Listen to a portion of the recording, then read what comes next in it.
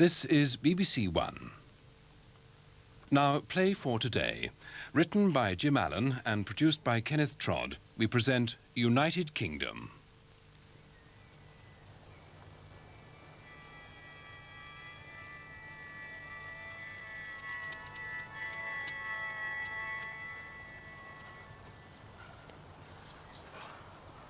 Every kingdom divided against itself goes to war. And no town, no household that is divided against itself can stand. And if it is Satan, cast out Satan. And Satan is divided against himself. How then can his kingdom stand?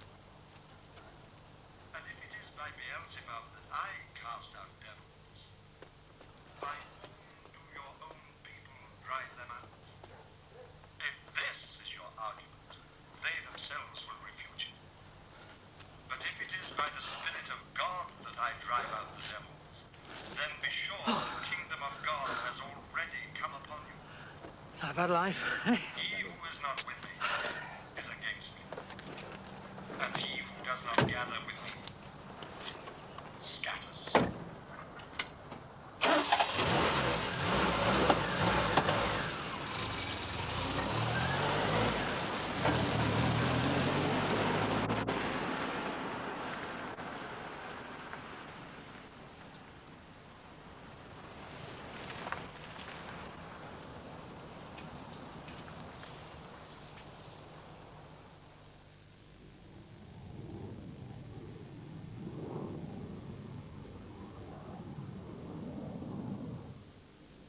I cannot allow the government's general economic strategy to be deliberately ignored for party political reasons by the sort of authority that has emerged on the left of the political spectrum.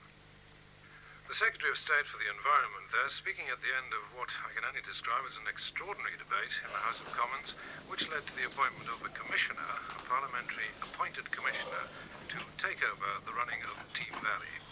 Well, of course, it's all over the row over cuts in public spending.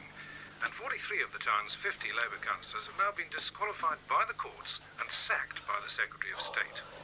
They've refused to cut back on an expenditure rate 10% above the government's guidelines and to raise council rents to what's described as an economic level. Well, today, that government's newly appointed commissioner arrives in Team Valley to take over the running of the council. Howie, The rebel councillors, however, are planning a stormy reception for him. Town hall unions have unofficially Hello, decided my on a pet. policy of non-cooperation. Yeah. With me in the studio this morning, Councillor Peter About 7 Connor o'clock. and Councillor Oh, Arthur sweetheart, Rose, have two you of been the awake sacked for ages? councillors. Councillor Connor, isn't this the end of this 6-month battle you've been fighting? It's not a battle, it's been a struggle.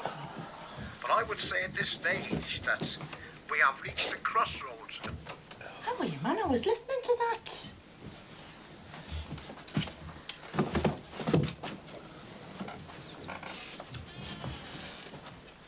I Oh, give it a blow, Kath. Leave it off for a bit. Look, I want to hear it. You know that. Well, let's have our bloody breakfast in peace for a change. I want to hear what Peter's got to say. Well, what's all the fuss about? You've all been sacked anyway. Can he announce what they were elected to do?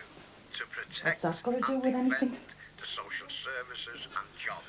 Do you know what? It's getting on my nerves, this council, because that's all you bloody live lately. Oh, don't start. Don't start. Christ almighty, we don't say anything of you. Shut up, will you, next door, and get yourselves ready. Don't be picking on the kids. 1,500 youth. The kids think I'm the bloody mother because they never see you. Oh, stop it, man. Give it a Oh. rest. Provide services such as housing, education, libraries, social services, and the government is forcing us to abandon that duty.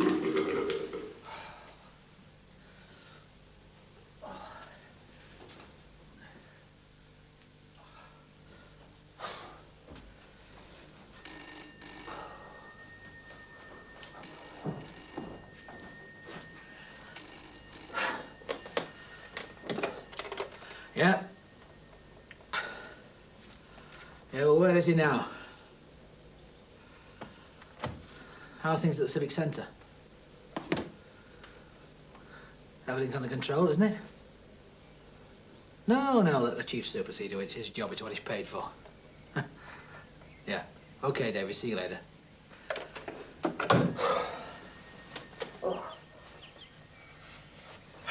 We have only Right, away. Hurry up, it's time to go. Are you not going to tidy this mess up? I am not. Your dad can do this. Get yourself out. Go on, hurry up. Now, fine. Hurry up, Billy, man. Get your coat on, We Jill. have the support of Nango, the support of Newquay, and all the attendant unions. Hurry up, get your coats as fast as you can. Yeah, will you take her? Will you see the Baines for us tonight? Don't worry about that. Listen, don't you think you're being a bit silly about all this? Oh, man, don't start lecturing us now. I haven't got time. Hurry up, come on, Listen, get your coat on and get the out. commissioner's been appointed. You can't go any further. How long do you think you can hold out? I don't know, Den. This isn't the time to talk about it. Listen, Hurry it's up, not go on, you son, I'm get worried yourself up, I'll about. catch It's you the up. others. When the commissioner snaps his fingers now, you're not going to see their asses. Den, I haven't got time to argue about They're it. going to be away. Listen, you've upset her now. Come on, babe. Hey. Back to the railway, eh? Come on. Where we are not. Let's start again, eh? Is the law the servant of the people, or are the people the servant of the law? You sit Parliament there to serve us, or are Hey. we there to serve You sit there for me. And I Let's see. see. No, I've reached the end of the road on that one. Surely, though, if you... Enough of that, eh? You stay there, love. Bit of peace and quiet now, eh? Bit of sanity.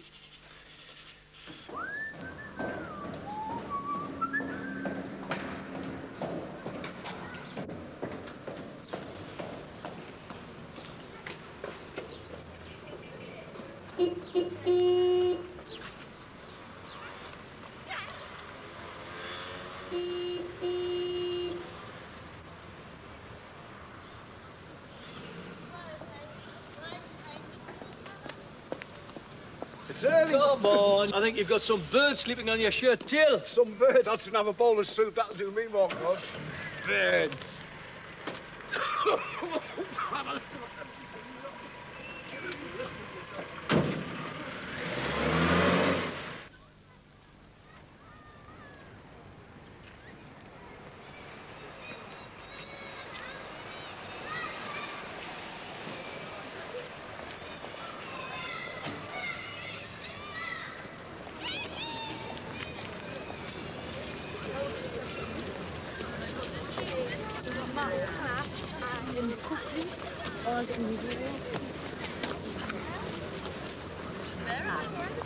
Billy, fill up in there.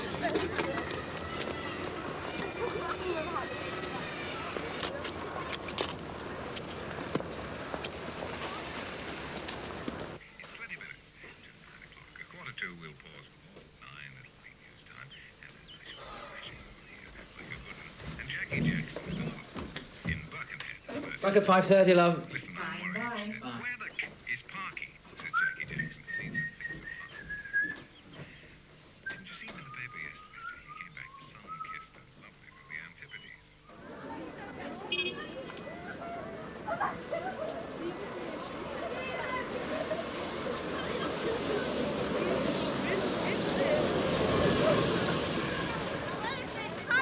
Hello, Tony. Peter. Hey, all the best. Listen, All right, Gav. with you all the way. Good luck. All the best. Okay, come on. Get in touch. Come on, Cam. Morning.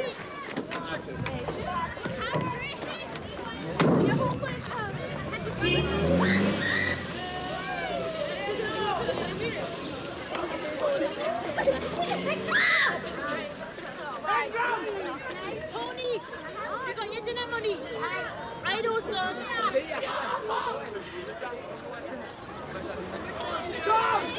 Okay, cool.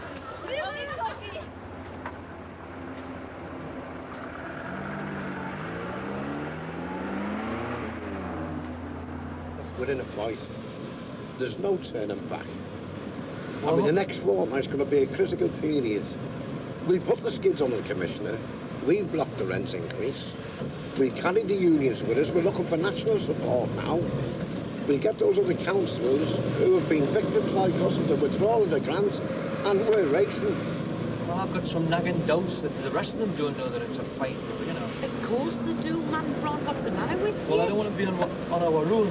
We're not on our own. We've got the unions, we've got the tenants. Everybody's behind with us. Going to be a fantastic turnout outside that town hall.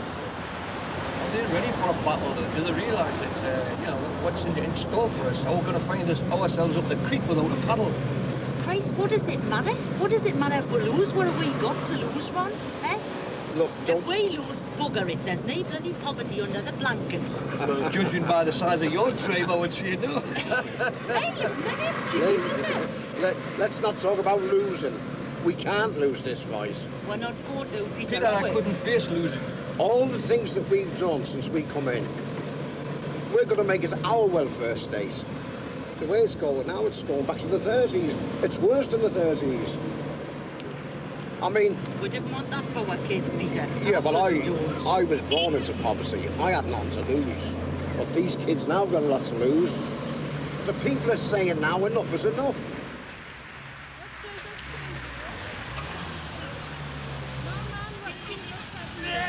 Freedom fighters today, eh? Hey, come on! Where's it, Bannerman?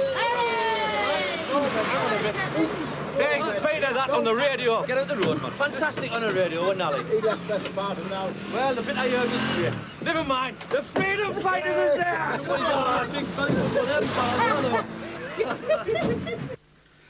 If a police force is to exist as a unit, which is both incorruptible in the widest sense and also known to the public to be so, essentially known to the public to be so, it must be based on a wider framework and be less dependent on immediate local authority, not more! Exclamation mark, exclamation mark. All right? Okay so far? Yes, sir. We have seen a move since 1964 from more than 100 small, inefficient police forces to some 47. I would be in favour of further decreasing their number. Now the quote. Force is determined by the purpose for which it is employed. Divorced from morality and justice and applied blindly and indiscriminately, this will test your spelling, by nation or individuals, it becomes an instrument of tyranny and the scourge of human society. Now, I want to put an ad-lib in here, so we'll write it down in case I get it. Right. I'm sure we all agree with that, don't we? Laugh, laugh, laugh, chuckle, chuckle. But when force is the handmaiden of morality and justice, it becomes the executor of right and the custodian of peace. Talking about peace. Come in. Morning, James. Good news. CRS stuff's arrived from France, ready for this afternoon. Oh, good. Get the lad to try it on. Right, OK. We had some funny games with customs. We got it through all right. I bet you did, I need a lift down for the conference, though. What's the matter with your car? It's still in dock. They're not finished servicing it yet. OK. All right, thanks. Hey, did you place an order for those 6 Rovers? Yeah, of course I did. Oh, good. I screwed them for another 2.5% as well, right? Yeah, you should start your own business. See you downstairs. Now, where were we? Custodians of peace? Yes, that's right. Aye, looks like this commissioner fella's choked himself on his eggs and bacon. And when he comes here now, you've got to show him now that you mean business. You know what I mean? You've got to let them see that you mean business. You're not going to let them impose anything. He's not going to take over the job of the council. We were democratically elected by you. I mean, this is a smashing turnout. The thing is that we don't want any violence. You know, No, we wouldn't do that, Peter. No physical stuff. Tell them what you want. Now, hey, I see Cassie's got a fighting hat on. I mean, this fella, he's probably having breakfast. £4, you know, nothing on it. And he wants your kids to go to school without permission. In actual fact, what he's doing here, he's not taking any of our 15,000 unemployed. What he's doing, he's scamming it. Right! He's going to do the job of 57 men.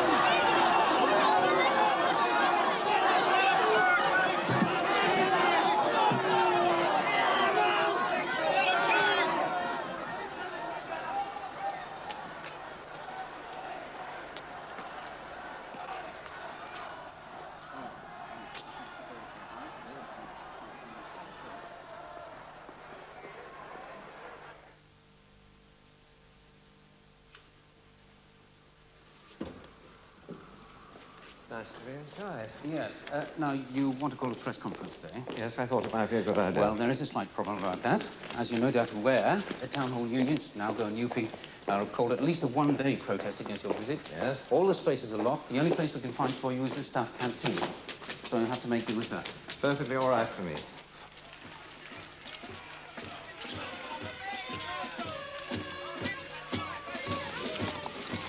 We did not seek this confrontation. It was forced on us. The Tory government started the battle, and they have deliberately picked Team Valley to be the battlefield. You know, we're not only fighting for Team Valley, we are fighting for the whole of the population. You are not on your own.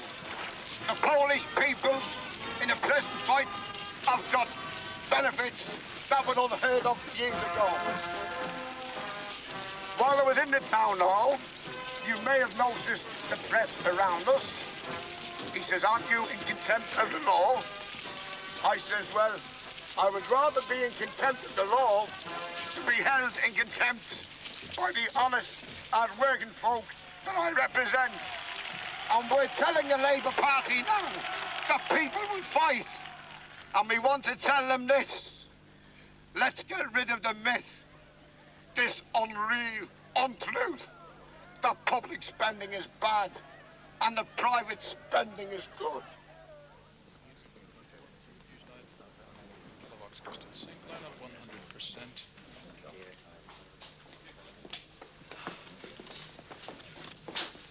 Ladies and gentlemen, good morning. If I kept you waiting. What I propose to do is to read a brief statement about why I'm here. Gentlemen, I wonder if you'd mind saving your photographs just for a little while, would you? Thank you very much. Now, I propose to make a brief statement about why I'm here, what I intend to do, and then perhaps you'll have some questions to put to me. The Secretary of State for the Environment has exercised the powers made available to him under the Local Government Emergency Powers Act. He has appointed me to act as Commissioner to manage the affairs of this local authority for 6 months from today. In this authority, the District Auditor found that the Council was failing in its duty to the general body of ratepayers, and he made a series of recommendations designed to restore financial order to the Council's affairs. The Council refused to implement any of these recommendations. In particular, they refused to make any real reduction in services or staffing or to increase rents to an economic level. They thereupon attracted financial penalties from the Secretary of State, but refused to make these up either by way of rate increases or reductions in their level of spending. This left the Council with a projected deficit of at least £60 million over the current financial year. And there was a real and urgent danger that local administration in the area would break down within a matter of weeks or even days. As a result, Parliament was asked to approve the Emergency Powers Act, and my appointment has followed. My task is to restore orderly administration to the area and to secure the financial viability of the local council, with due regard to the interests of the ratepayers and of the people who are dependent upon the council services, but all within the framework of the economic policies of central government. I hope to find the right balance. I hope also to end the doubts and confusions which the events of the past months have created within the local community. There we are. That's it, ladies and gentlemen. Now, is there anything else that I can tell you? Ken Mackenzie from The Guardian. Commissioner, in view of your reception today, are you at all intimidated? I've come here with a completely open mind. But are you intimidated? No. Lyle Edwards, Daily Mail. Faced with a total staff walkout by the three main unions at the town hall, how firmly are you prepared to act? You know perfectly well what the powers available to me are under the Emergency Powers Act. I don't think I'll ever have to use them. I hope to reach agreement without that. Thank you. Peter Vale, Telegraph. Commissioner, the City of London lost confidence in the previous council. With the kinds of scenes we've seen today, are you going to be able to retain the city's confidence? Why don't you ask the city about that? Well, I'm asking you, sir. I don't think I'm qualified to answer. Well, can we turn to the subject of finance? The District Auditor has recommended cuts in council expenditure of 10%. How are you going to implement this recommendation? I think it's premature to talk in terms of figures. Certainly there will have to be cuts, but beyond that, I have to wait until I've seen the books, done my sums, and so on. What he wants to do is to slash Team Valley to the bone. That's what it means when he talks about 10% cuts. Because what it means to us as family people is he's attacking our families. He's getting at the bairns through the nurseries. Do you know that Gracefield Nursery, which we've spent 3 years planning and we've got ready to open, it's never going to bloody open now with that bugger in charge? Then you take the elderly. You talk about our grandparents. You talk about my mother and father. What's going to happen to them? They're going to be stuck up in their flats as well because they won't be able to afford the new charges for the home helps to visit them. They won't be able to afford the charges for the Meals on Wheels. I'll tell you this much. We are not going to stand for that pinstriped assassin coming in here and cutting us to ribbons. Eddie Angel from The Sun. Good morning, Commissioner. What you were saying then is that there will be substantial rent increases. Yes, there will be substantial rent increases. Their nature, I don't yet know. I see. Thank you very much indeed. It's been suggested that your appointment marks the end of local democracy in this country. As a civil servant, most of your own career seems to have been spent nurturing local government. How do you feel now as an individual with total control over local council functions? I think the relationship between local government and central government is one of the sort of cornerstones of the constitution of this country. I think that this sort of, as it were, interchange of responsibility between central government and local government is something enormously valuable. And I think it's very important that people in the local areas should run their own affairs. But when it comes into conflict with national policies, then the national policies in the end have to prevail. And here today we've got people from Nalgo, Newpie, Causey, T&G, all who are going to be affected by the 1,500 redundancies that this man is going to force on our community today. Because that's what he's after doing. People who look after the aged, people who look after the disabled, people who look after the children, people who, in effect, look after us, and what we want is working-class people. You've recently been referred to as a poodle. Do you intend to prove that your bite is much worse than your bark? Oh, it's a marvellous question. I heard myself outside called a Hitler, a petty Hitler. I heard myself called a lot of things, most of which I won't repeat. But they really don't worry me very much. I'm used to that. Commissioner, Jeff Batt, New Statesman. Aren't you simply assisting the Secretary of State to sort of run roughshod over the local democracy and the local people, who, after all, are at the receiving end at the brunt of all these redundancies and so-called cutbacks? Yes, I respect the local councillors and their views. I think they're honest and sincere people. I think they've done a marvellous job in many areas in this town, particularly for old people, social services. But they are, like everybody else, subject to the law of the land. Right, ladies and gentlemen, thank you very much. Thank you. Thank you, everybody.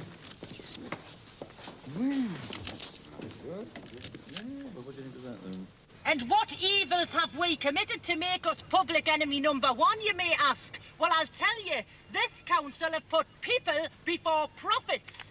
And when you talk about public spending, it's public spending that regenerates the economy of this country. It's not going to destroy it. We need more public spending, not less. It drains the pumps and it gives us work and it keeps us in survival. And that's what we're fighting for. We're fighting for our bloody necks. We're fighting for survival.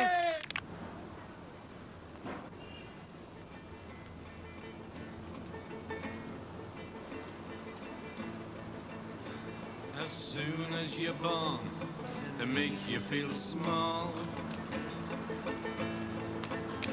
by telling you lies when you've no chance at all, till the pain is so big you feel nothing at all. Working class hero is something to be. Working class hero is something to be.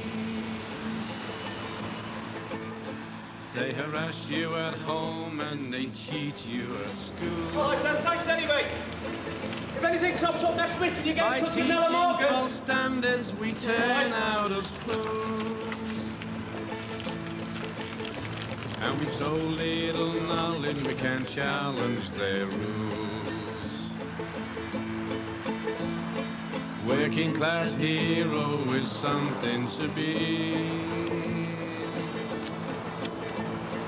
Working class hero is something to be. They feed you religion and sex and TV. You believe that you're clever and classless and free. But you're second-class lackeys from what I can see. Working class hero is something to be. Working class hero is something to be. Working class hero is something to be. If you wanna be a hero, then just follow me. The 1964 Act established the tripartite framework to which I referred at the beginning of this address. I believe that that framework remains appropriate today. Responsibility is shared, but it is not a question of shared responsibility being no responsibility at all. Each of the three partners has a distinct role. We must, each of us, I, as Home Secretary, police authorities and chief officers, be willing to look critically at the way in which we fulfill our role. And how many people do you reckon were there? It was about 2,000 out there, sir. How many men did you have on the ground? We had 40 out there. That was enough, was it? Well, we had some round the back out of the way, but not needed. How did his nibs enjoy it? Well, the Commissioner, he was a little perturbed when he arrived. I bet he was. Break the ice for you. Well, he met his public, didn't he? First time. Doing good, eh? Well, thanks very much, Don. Thank you, sir. You did a good job. Thank you, sir. Coffee? I've had one, thank you. Take a biscuit, then. Shall we? Our society faces a period of economical and social strain. Effective and sensitive policing, with the police assuming a mediating as well as a stabilizing and protective role, can rarely have been more necessary. All of us here today have a part to play, but the main burden will fall on the police themselves. I am confident that they will rise to meet the challenge.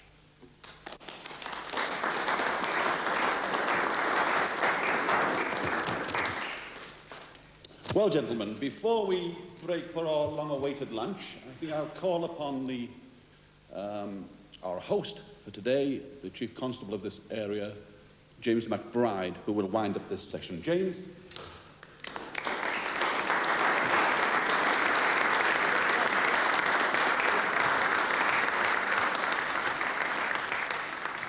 I'm sure you'll all join me, gentlemen, in thanking the Home Secretary for coming here personally today. As they say in the theatrical world, follow that. Like many of you here today, I was born in the middle of the greatest depression this country's ever known. As a kid, I lived through the war. Many of you served in it. As an adult, I've seen our society achieve wonders that would have been unimaginable to our parents. Man has walked on the moon. Lives have been saved by heart transplants. The labour of many days is now equalled within a twinkling of an eye by a computer or a microchip. Our children's horizons and opportunities are enhanced by things which we regard now as commonplace, but which were unknown to our generation. Television in almost every home, foreign travel, a university education. And yet for all this progress, all these benefits, do you know, I sometimes wonder if we're not moving backwards. We've not solved unemployment. Our environment deteriorates. And our society places self-interest, license and deceit above those values which we learned from our parents. Those caring attitudes which society now seems to have abandoned. We have a parliament which is a forum for pressure groups, We have a party political system which by its very nature prevents Parliament from taking objective decisions. We have politicians and a press which, it seems at times, willfully misunderstands the subjects with which they deal. They can't tell their arse from their elbow half the time. Gentlemen, we face an uphill task. I think that this collapse of societal values means we are fast approaching a time when people will begin to lose confidence in those in authority. Those who have the duty to lead the nation, or like us, to preserve its order. I think from the police point of view that our task in the future will shift. It'll shift from the present predominant police feature. Basic crime, theft, burglary, even violent crime will not be the dominant feature. What will be the matter of greatest concern will be the attempts to subvert the authority of the state, acts of sedition aimed at causing problems to the state and challenging, yes, very challenging the rule of democracy and law. And those who dispute this view, which I'm now expressing, and challenge the policing functions which are necessary to combat subversion and terrorism, are simply political pressure groups trying to usurp the function of those who are elected to guard our liberty. As a result of this situation, we as police officers have now to realise that the widening of our responsibilities means that we are no longer just citizens in uniform. The gap between the citizen and the police, now I'm very sorry to say this, but I think it's true, is widening. And we've got to accept the challenge. And nowhere is that challenge more apparent than in the field of public order. Gentlemen, it's vital that when we're faced with such disruptions, we show, beyond any shadow of a doubt, that we, the police, are in control and intend to remain in control. Listen, Gwen, if I shoot down there and do that lot over there, and you pop up Oh, on the top hey, of the to bit. hell with that. I can't beat up all these stairs, all these. Oh, hey, I'm knacked, man. Look at you. How about you? Go up All there right, you and poor, I'll go all right, you poor old. Come on, you go Oh. down and do them. I'll go up here and stay. Good lad. I'll see you later. Aye, right, too. All right. Oh. Hello, my love. Just give one of them to your mum and dad, thank you.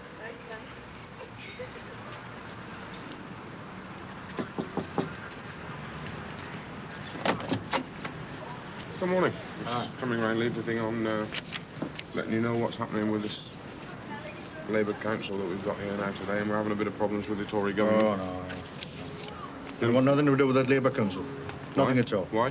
Why? Yeah, why? Look at the bloody state of this, man. This is one of the things the council are trying to clear up. Trying to clear up? It's been like this for years, man. And why has it been like this for years? Because the Tory government will not give us the money to sort everything out. Well, what happened years ago, there's been a Labour government here for years. Labour Control Council here for years. Yes, exactly. And look at the bloody state of this. Look at the state Every of this. solitary year we've been in power down Would here anybody as a like to live council. here? Anybody? I live here. Yeah. I live here, you live exactly. And you've done nothing about it. It's been like that for bloody years. Because nothing. every year- And now once you stop the money, you've been living beyond your means. Every There's year no that bloody we money. we haven't been living beyond our means. They've sacked your council. You've got no council on Team Valley Estate now. No well council at all. But we, the council, have decided to form an action committee, which I am part. This is why I'm doing this. Now, you must, if you possibly can, well, in fact, it's imperative in your own interest as tenants, is to get your tenants meeting tonight on the association hall at 7 o'clock. Your councillors will be there to tell you everything that's going on and how we can prevent this commissioner just taking things into his own hands. And what are you doing about it? You're walking about with Listen. bloody leaflets. Just Get listen, away just to listen, hell. just listen. just listen. Never mind about listen. Let somebody You get a can word in piss there up to us. and stick them right up your ass let one at a somebody- time.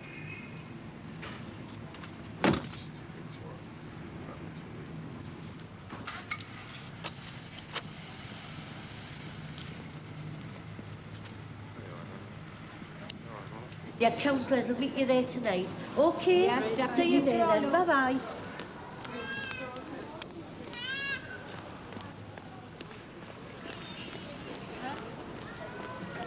Give me Barbara, you good son.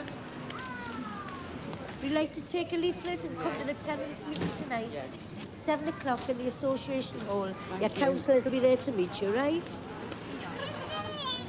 Can I interest you all to come to the meeting tonight? Because your rent is going to go up about £7. Right. So if you want to find out where you're to try and help your council, it's trying to keep your rent and everything down, get to the meeting tonight, 7 o'clock. OK, that your mum, son. And recent events, and I'm sad to say this, lead me to suppose that this popular support we've always taken for granted is quietly and insidiously being eroded. I'm going to surprise you here. I'm going to illustrate just what I mean. We're at the crossroads. This is the police image that you and I grew up with. You know the lad who saw us across the road outside school? We all knew him, didn't we, as kids? But this is the police image of some parts of today's troubled society.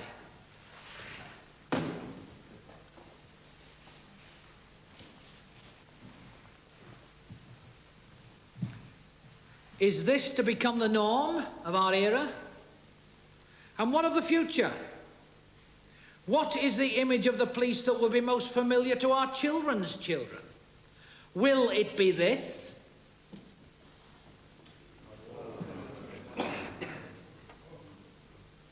The community must realise that if we can't police this nation with their support and consent, we will, like our colleagues across the channel here, be forced onto the offensive.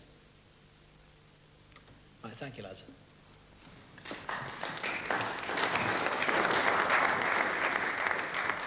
Once the trust that the appearance of this constable engenders is gone, it'll gone forever. As an image, it's too valuable to lose.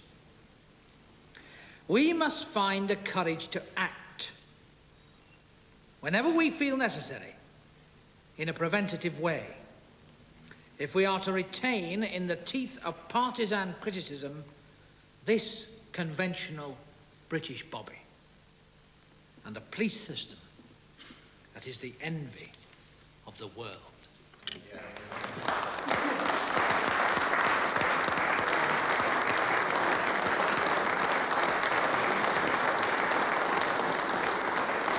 Right then, gentlemen, I feel that on that controversial note, we should all go to lunch.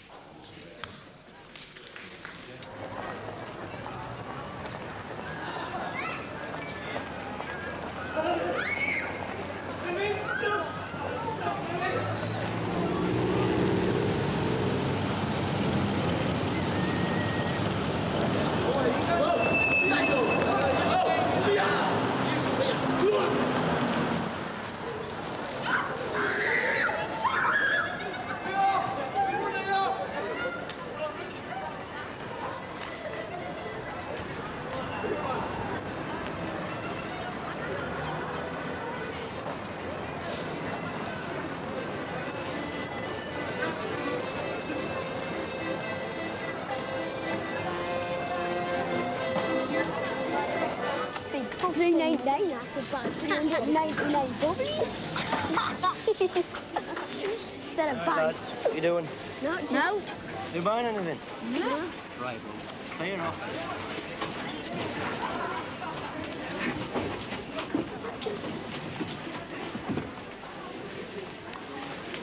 Look at that.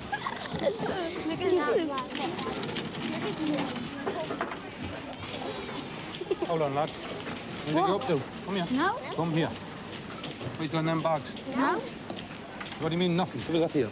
Let's have a look at that. Come here. You stand there. And you come here. And what's your names? Your name? Your name? Christopher. There's your mate's going, you know? Huh? Eh? Christopher what? Christopher Greaves. Christopher Greaves. Mm-hmm. Are you sure? Huh? Wrong. That's not your name, lad. It's not? I know you. What I've seen you around here before. Eh? Come on, what's your name? Anthony. Anthony what? Maguire. Anthony Maguire. Mm-hmm. You're going to hear a lot more about this, Anthony. I want you to leave the premises now. And what you got in this bag for a start? You've got enough here. Now get out and leave the premises now, all right? We'll get us all away. Go on.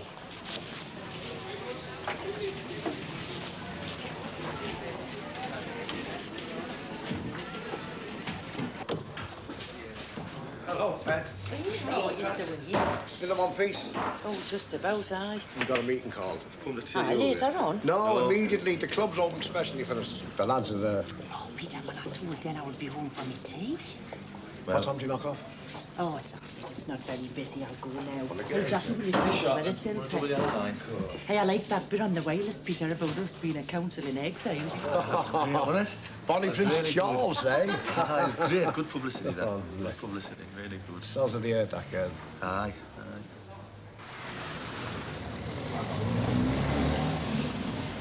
Look, we're going into this meeting and we've got to come out with everything sewn up and solid. Well, listen, we've got them moving this morning, and I think that was great. That was fantastic. You think about it, them white-collar workers, for them to be out on strike, man, you know, they've got to be angry. We've done well this morning. I mean, I think we might have to help Julie out with the tenants, Peter. They're having some problems on Oh, you can go over there, can't you? Before we start, we want to make it quite clear that the battle is on. And no way is the Commissioner going to take charge of Team Valley. We are the elected members and we're going to show that we still remain the elected members.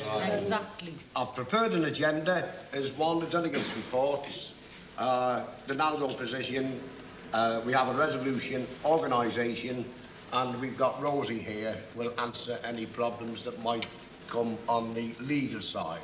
So without more ado, I will call upon each delegate to give me a report of how each situation is, whether it's the trade unions or the tenants' associations. So I'll call upon you, please, Frank.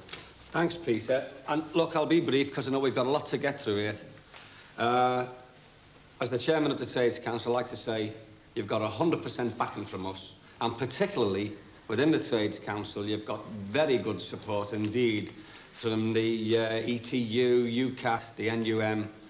Also, I'd like to say that the old pamphlet lark, we've got our resources centre, and as always, it's at the disposal of this action committee.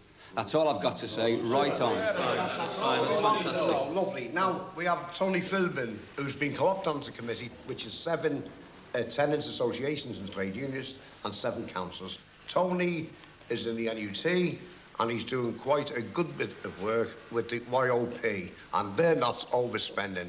Yeah, well, and also, just in case you've been watching me scribbling here, I'm not actually working for the CIA here. I'm actually, you know, I may look at, I may have a haircut. You put on a tie, you can get away with anything. No, I'm actually taking minutes here because I think it's very important that legally and as a committee that we are, in fact, a council in exile, and that we behave with committee procedure as far as taking the minutes are concerned. I'm, as Peter says, I'm a member of the NUT. I'm in part of a union, or a member of a union that isn't known for militant action. I take a lot of stick from Alexis Spike day in, day out, but we are face to face, perhaps as strongly as any industrial union, with seeing cutbacks taking place right, left and centre, from the schools, the colleges, the nursery schools, right the way through, and also I'm face to face daily with boys whose options in life are as bad as they've been for 50, 60, 70 years. So our support, I will fight to make as strong as any union can possibly be on this committee. More power to those. Right, Bobby. And my report about the war is tremendous. I'm surprised, in actual fact. I'm even getting support of people who didn't vote for me last time, because even they're getting upset now. There is obviously one or two who are a bit worried and have spoke to me about it, but I've pointed out quite rightly, and I think that I'll be out of my shop before they're out the council houses, so they've got no to worry about. Right. Ronnie. Well, Peter, TNG? TNG, yeah. I'm amazed at the response from the local membership of my union. As you know, I was very pessimistic about the size of this fight we were taking on. But it amazes me by the turnout for the branch meetings. I contacted the regional secretary and I got extraordinary meetings, and the turnout was fantastic. I think they're solidly behind us, and I want you to come to the meetings that I still have to hold and give them this personal touch with the council. Well, if you want speakers there, that can be arranged after the meeting, and I'm sure that Cathy, myself, or any of the other councillors will go along. Okay, that's all I need from you. Gwen? Yes, Snoopy. Well, my branch members are 100% behind you on the policy of no cutbacks, no redundancies. No way will they buy that. I mean, you know what's going to happen, don't you? In my job as a care attendant in old people's home, there's no way am I going to have battery feeding, battery bathing, battery bedding for my old people.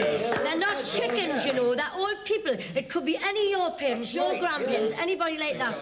And I'm not going to have that. They don't come out till they were a baby in their arms, you know. There's no end product there. The only end product there is when they come out in a wooden overcoat. That's all what's ahead for my old people. In no way am I going to have that cut for my old people in that home. And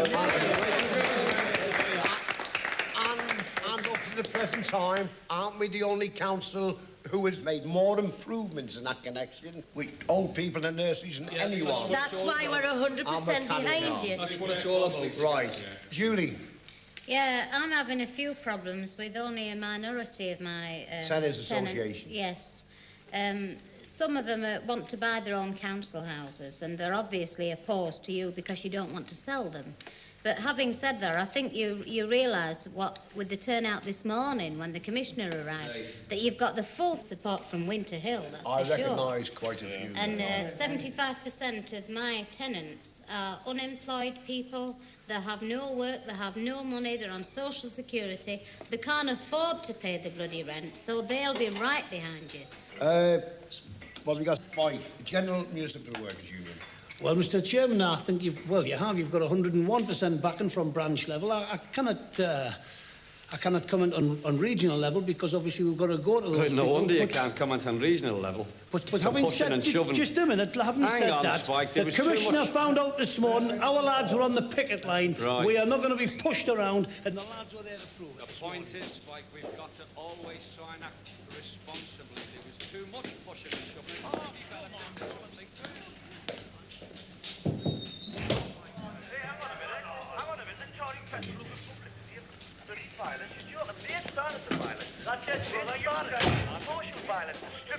They are violently stripping our services. Hang on, Kevin. I think the most significant report is the one that Kevin did. Because even the first time that I can remember, we had the most respectable members of the world coming out spontaneously. And I'll tell you what, Mr. Chairman. Tomorrow, the Civic Centre will reopen as per you. You know they're all out there today. Yep. The reporting back for work as normal tomorrow, excluding the computer area. The computer area in total is blacked. Right. And we have got off-site a set of tapes which we can run to provide this council and the people that we represent with all the information necessary to run this council in the correct and right manner that it's always been run in. We'll run it. We'll run it. And that's the situation as it stands, Mr. Chairman. That's smashing. So the Commissioner will be blocked. He'll be frustrated at all ends up, yeah. Wait a minute. Before we go any further, you lot as the council have had the sack, really. Well, right, I couldn't be in a worse situation than I'm in now. How can you still run the council as a council? How can you do it? Because we've still got all the information necessary. The point is, all the information about rents and rates and about salaries that in the old days were stored in books. Now we've got it stored on tapes. Now, as Kevin has pointed out, Nalgo have agreed to run those tapes in a separate location on whatever you call the other computer, compatible computer. The light computer, the hardware's the same. Yeah. Right, so we've got the tapes, Nalgo will process them, and we will still pay all the salaries, and we'll still process all the rents and rates. There's no problem. Right. We are still in control. So therefore I can go back to my union and say that their wages is going to be paid. Definitely. Wages will be processed, they will be paid via the town hall as usual, and as far as we know anyway, the Commissioner is legally bound to pay the salaries. No cuts, no redundancies, existing salaries will be paid. I think, Mr. Chairman, that it's time we advised the meeting of the little discussion we had on our way down here regarding that problem, right? The problem I'm referring to, actually, is that within the computer area, which is blacked, as you well know, there are a set of tapes which the Commissioner can use.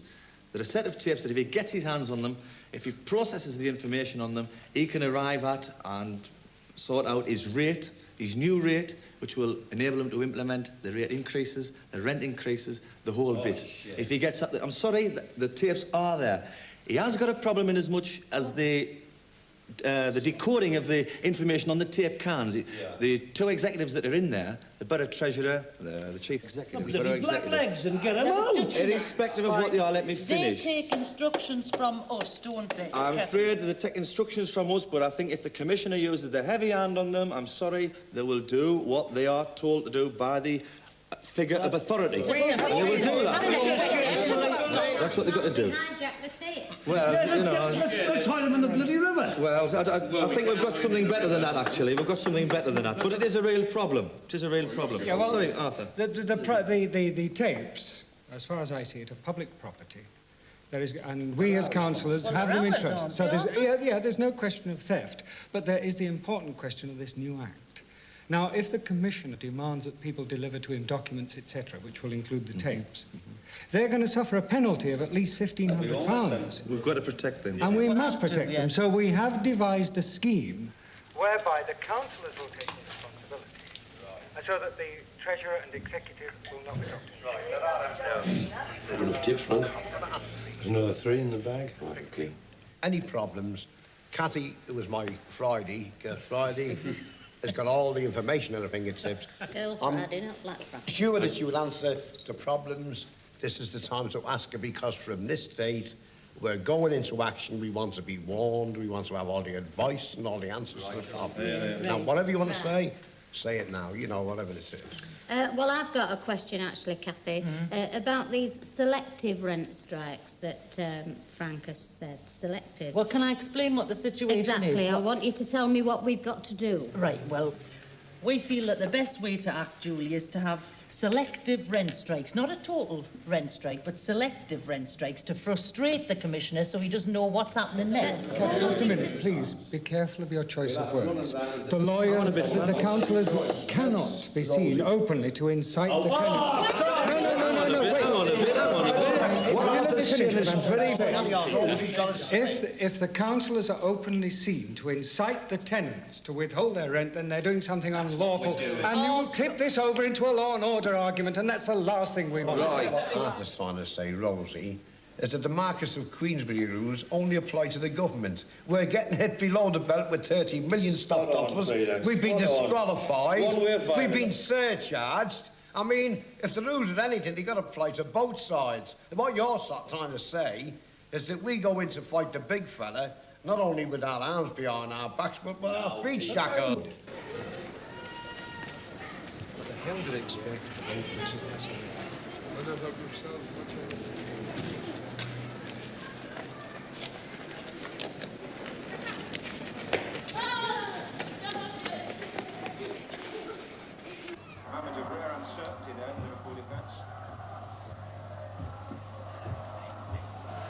Did you have a good day at school today, Luca? Yes. What did you do?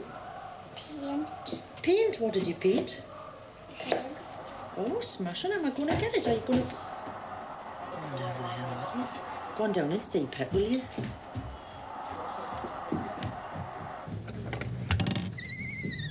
Is your dad at home, dear? Yes. Can we come in, please? Yes. Thank you.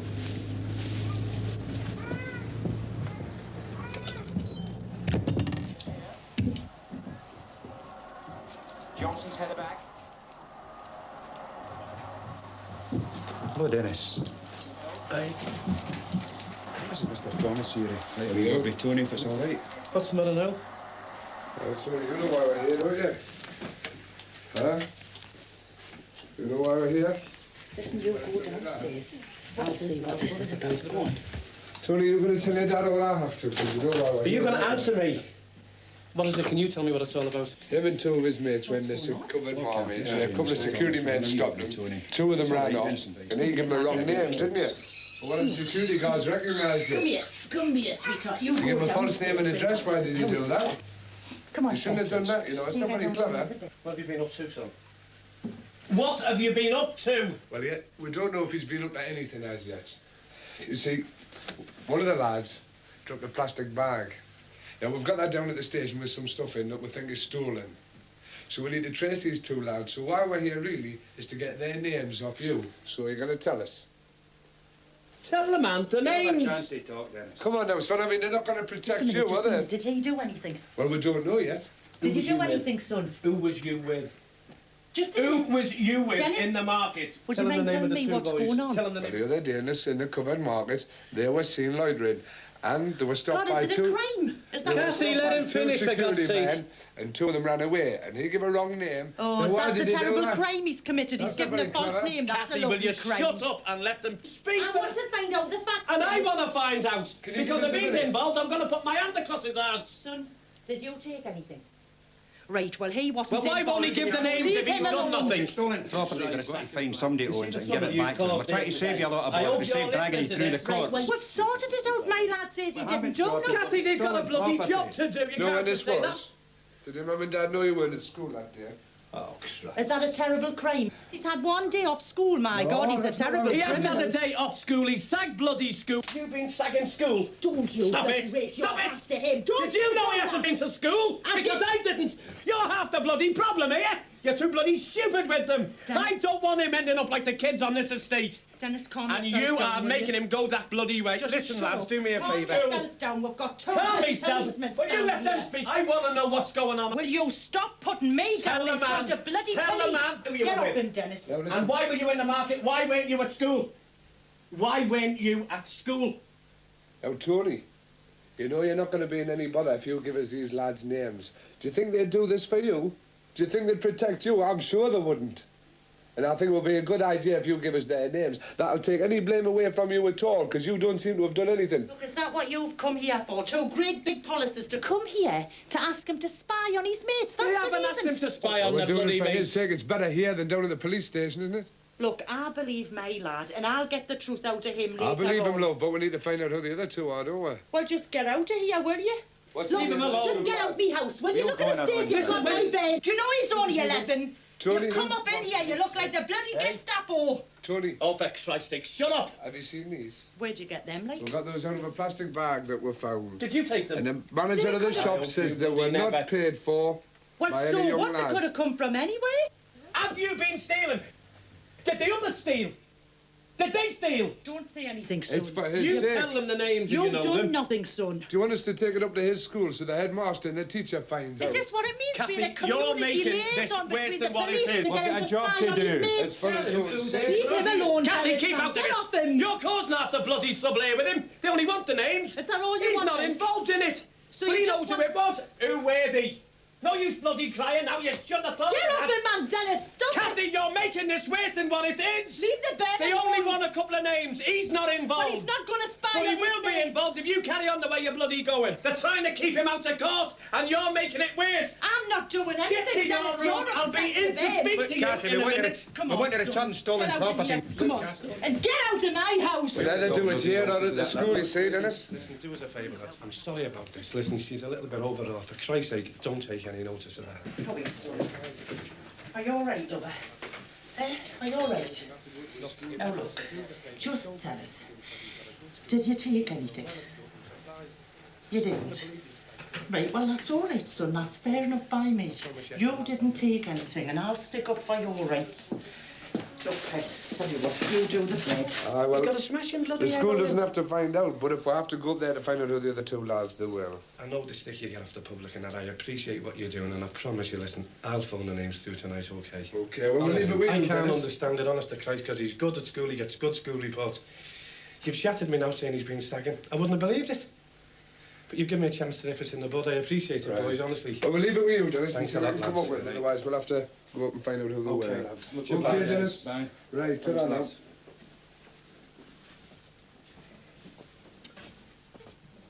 OK now. Thanks a lot, boys. Listen, while we're at it, there's going to be some bloody changes in here, and I'm making them. And this goes for you, young man. You stay in tonight, understand me? Just you will leave go him to alone, your room. Dennis. I won't. Leave you him will go to alone. your room, and you will stay in your room until I come up and speak to you. Dennis, Never just mind. You made a bloody show of yourself the way you spoke to them. Yes, you did. You're supposed to be a counsellor. You're supposed to be setting him an example. Oh, and you're talking to the police like that. You stupid bitch. Yeah, well, Can you imagine what they're saying about us down at the station now? I don't bloody care. Well, I do care. That's the whole difference. I do care. They might be talking about you licking their arses. That's my... For Christ's sake, don't you say things like that about me. No bloody guts, you. You gave them up 11 years ago. I've got none. I've got none. They've been kicked out of me. Don't you understand? And they're not the only bloody unemployed worker, you know. Oh, go on, others. Well, what difference does that make? Doesn't make it any easier on me, does it? Oh, son of Oh, you sod off, you stupid bitch. I hope you're bloody satisfied with yourself. Do you realise you've caused all this? Hey? Do you see this? Do you see it? Just see what you've done between me and your mother. I go around boasting about you, telling everyone how clever you are, how good you are, and look at this, the police here. Can you imagine what they're saying about us at the station? Oh, he's there, the father's there, he doesn't work, he doesn't give a shit. The kids can do anything. And that's not true. Why did you go with them? Christ, I've warned you time and again, haven't I? Hey? Yeah. What made you do that? Hey? God, Tony, I give you every penny I can, lad. I don't get much. I give you what I can. I go short to give you it. You know that. You've only got to ask. You've never been afraid to come to me before. What made you go stealing? Would you like someone to come in here and steal our things? Listen, come here. What's the matter with you lately? Hey, you sagging school? I don't believe it. You love school, don't you? Hey? What's making you go like this? So you don't want to end up like the others, do you? You don't want to end up like me, do you? 40 on the scrap heap. No job, no hopes. We were going to make something of you, weren't we? Isn't this what we've talked about? Isn't this why we've done your own work all the time? Hey? Haven't you heard me talking to people about you? Hey? I'm always bragging about you, lad, aren't I? Hey? And you've let me down. No more, though, eh? An end to it. Hey, don't... Listen, I don't know why you've done it. You don't do it no more, will you? You didn't think I was fighting them coffers, did you? Hey. Hey. But look, don't get yourself into any more mischief, okay? Because it's hard for me and your mum, and well, she's not well, you know? Now listen, lad. The last time I had to wipe you was when I wiped your bum when you were a baby. Oh. Okay. No more. You're gonna behave. Okay. See you in a minute.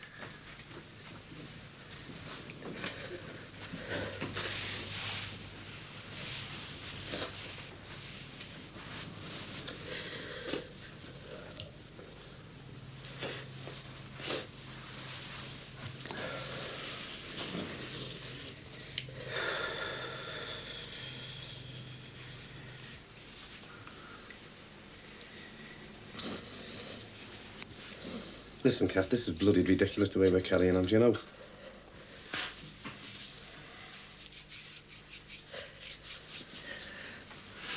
He said some terrible bloody things up there in front of Anthony, you know.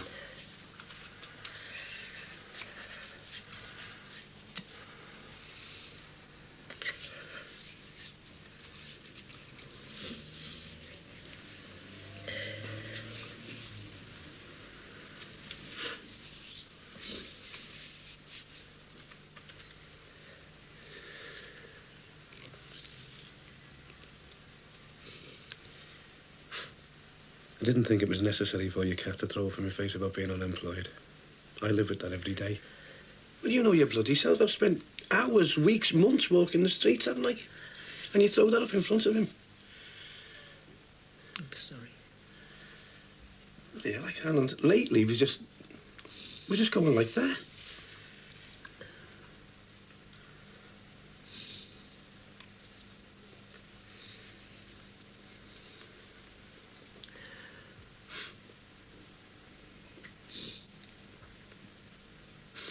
Kath, I'm worried about Anthony. And I don't think I could handle it if he ended up the same as the others in bloody approved schools and Borstals and things like that. I couldn't handle it. Oh, Dan, man, it's no way to treat him, bashing him. Bashing him about, that's no way to treat him. He's only a babe, man, he's only 11, for Christ's sake. Just look at the state he was in.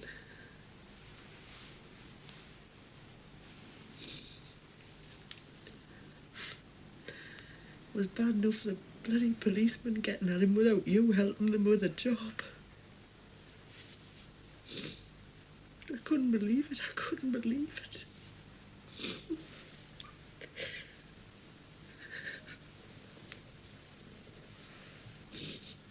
Well, it's not just that, Kathy, is it? It's... I don't know, lately everything's going... Between us is going wrong, isn't it? You're getting that involved with this bloody politics and that. You're just going away from me, Kath, and I can see it and I can't do nothing about it. It's affecting the kids, it's affecting me. I've got no time for nothing because I just seem to be stuck with the kids all day.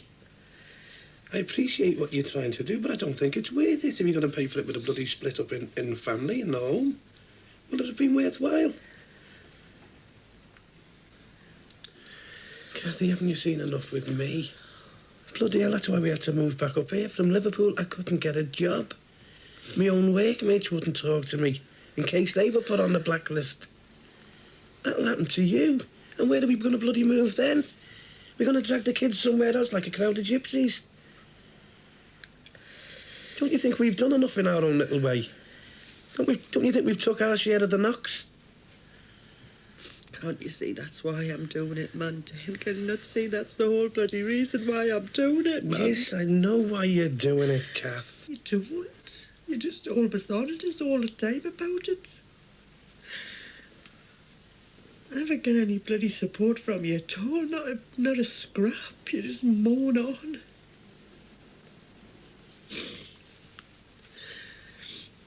I thought you, of all people, I thought you would understand, man. But you don't.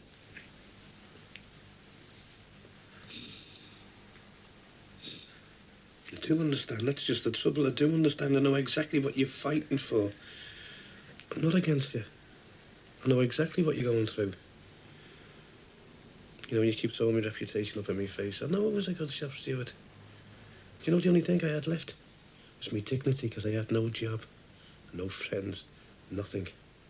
They all took the good jobs, and they all said he's a smashing fella. But when it came to the crunch and when I was left on my own, I had no backup. That's going to happen to you. Kath, we've got to live with this when it's all over. And is it worth it? I don't know. It's got to be.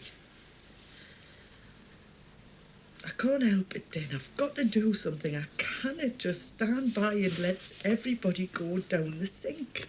I can't, man. I don't know why it's got to be me. It's just that's the way I feel.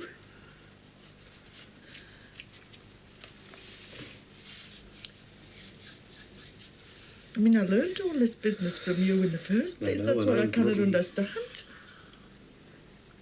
Why you've got to be against us so much? Not against you. Don't you understand? Don't you think I still care about people? What the hell did Well, you I care go about my own. for? It's not a crime to care about your own, is it? Look at the way you carried on in front of those policemen. I've never seen anything like it, the humiliation of it. Picking on the Bain. I wanted him to get off with it. I don't want him to start on their bloody records or files or whatever. He's nearly 11 years of age. Well, that's all he's not even getting a start. I know, but he's not getting a start in life once he starts getting involved with them. Oh, Dennis, what start is there in life for anybody, man? Any of the Bains round here, they've got no bloody start. They've got no future unless we do something about it, man. That's why I'm fighting for the whole bloody business. Can I say that?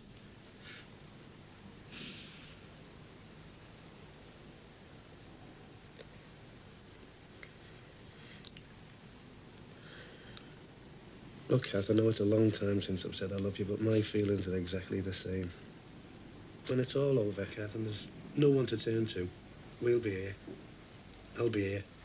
The kids will be here. Kath, we had it pretty good, didn't we? And we'll get it together, okay?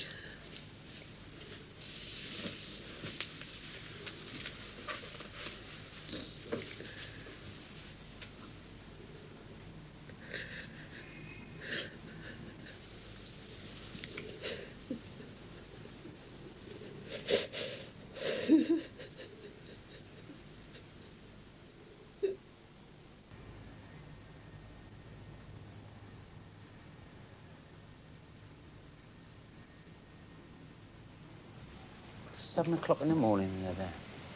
Joe, this is the stupidest thing I've ever done. 23 years in local government.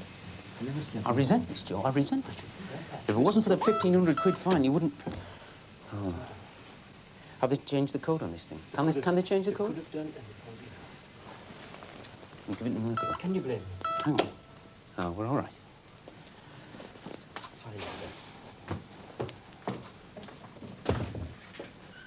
Oh, God, Joe, keep your head down, for God's sake. If anybody sees us, we're sunk.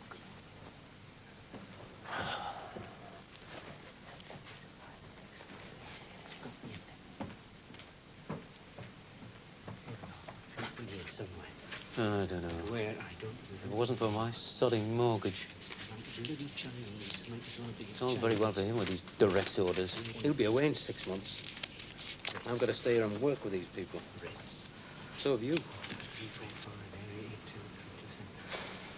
Why the hell they changed the priority system? I'll never know. There must be 30 of them. 30. And it's one of them, and I don't know which one. That's the idea. It's like walking through porridge. Honestly, you come here, there looks like NASA control. There could be 30 of them. He can come down here with his own bloody van and get his 30 tapes and... Get the disc packs. The what? The disc packs, they're like little flying saucers. Little flying saucers. They're at the bottom end. It would be, wouldn't it? They're down here, are they? Yeah. I'll give you a hand as soon as I've finished here. They're heavy. Oh, stop this bloody scholar. Joe. Yes? Is that it? No, it's a disc pack. Shit. It's a big... I don't know what a bloody disc pack looks like. Try those things with the handles on. That's a disc pack. This? No. Try the other one. Has it got ZZ on? Yes. Well, that's it. Right.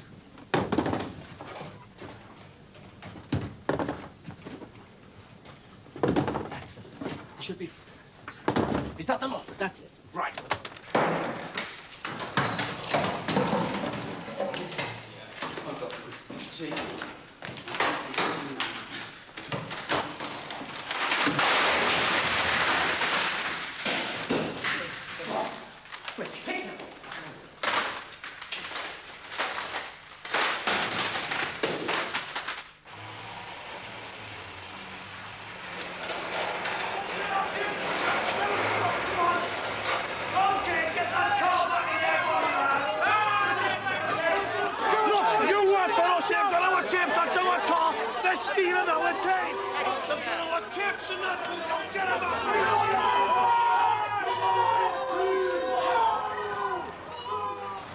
Do you think this will make it? He better make it. He bloody better make it. What is he, T&G? He's T&G and he'll know about it if he doesn't come. Come on, man. Branch him. Branch him, I'll see.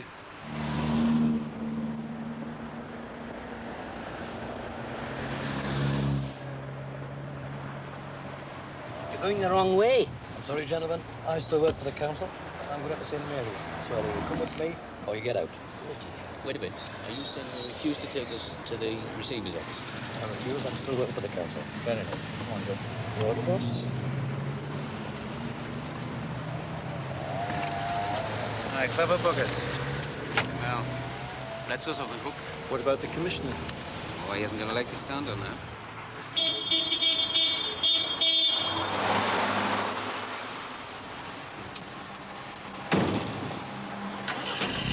Is the whole place on strike, then? It's selective as far as I can make out, sir. The rates and rents office is out, I think. This administrative block over here. But the social services are working. Which way, John? To the left, please, gentlemen.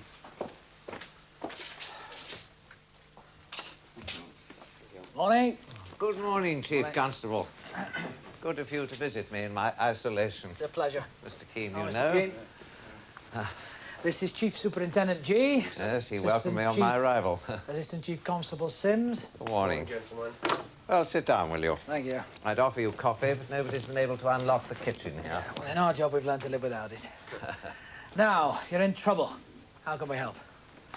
Well, as you know, the computer tapes have been appropriated by certain of the disqualified councillors. Now, the technology of all this rather escapes me, but I do know that on these tapes, all the figures of the council's expenditure and revenue for the current year are stored, and without those figures, I can't even begin to do my job here. Are there no backup ones? Yes, I understand there are, but they're in a building which has been picketed, and the officers I've sent to collect the tapes don't want to cross the picket lines, understandably, of course. So, all right, I'm in trouble. Now, I understand from the Chief Superintendent that a number of these councillors have been actively involved in the removal of the tapes. Is that right? Yes, sir. Yes.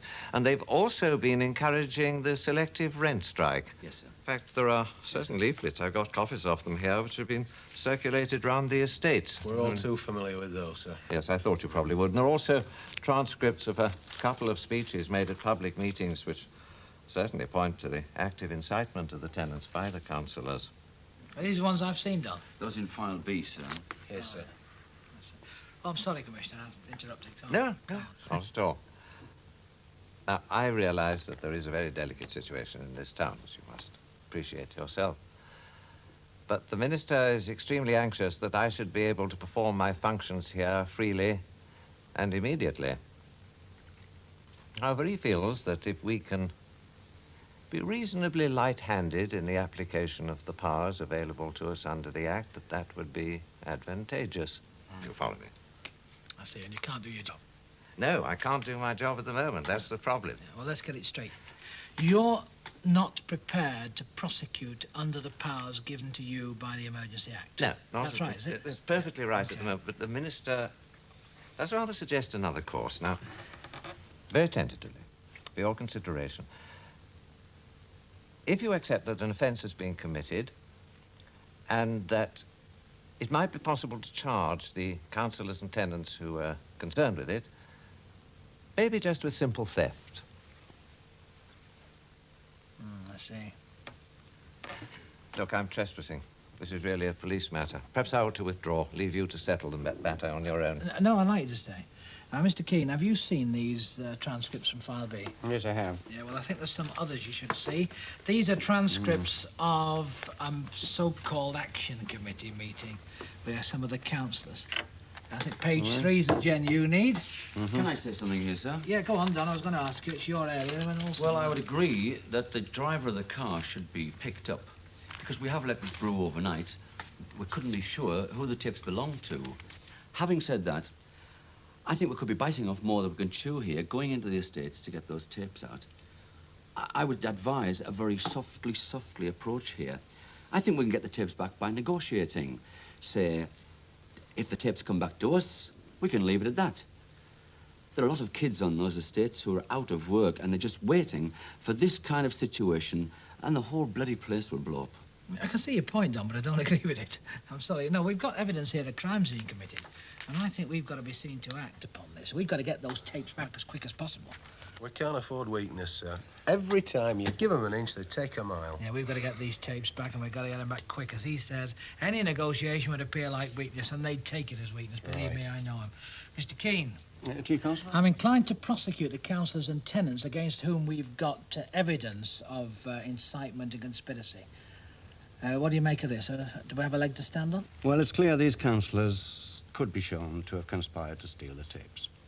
However, though technically I do believe they have in fact committed the offences of incitement and conspiracy, I certainly think it would be wrong to prosecute at this stage.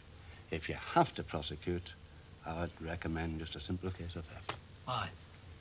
Well, these councillors enjoy a considerable amount of public support. And, well, the Commissioner's appointment's hardly popular. Because of these two things, I seriously doubt whether a local jury would convict even if we could prove they were guilty. The other things, the other implications, it would put these councillors, give them a national platform to work on. If they were If they were acquitted, which I've told you I think is quite likely, well, that would be construed as a personal triumph for them. On the other hand, if they were convicted, well, they'd just purely and simply set themselves up as martyrs. You're dealing with a hypothetical situation of acquittal or prosecution or whatever you're dealing with. I'm dealing with the situation now. What we want here, sir, is a clear-cut, prima facie case for theft. Yeah, we've got a thing that's going to blow up in our faces, and if we don't take some action now, they're going to think they rule the streets, and it's we who rule the streets. Well, Chief Constable, I would still plead... Yes, well, I can see your point. Now, can you see my point that I need to prosecute in some way in order to establish authority? Well, yes. Right. Now, Commissioner, you had legal possession of these tapes, did you? Under the terms of the Act, yes. Right, we'll do them for theft. Theft? All right. That suits me. Right, Don, Robert, I think we give immediate instruction for the arrest of the driver of the van and the councillors who are named in File B. OK? Yeah. Oh, and Don, institute instructions to find out exactly where those tapes are, and I want you to find out the number of pickets that are on the other tape storage sites. All right? Let's hope they're abiding by the code of conduct. Mr. Keane. Bye, Mr. Keane. Thanks very much. Oh, thank you, Chief Constable. Bye. Bye. Sir. Bye. Morning, Commissioner. Good morning. Well, Mr. Keane, if there's nothing else... No, I don't think so.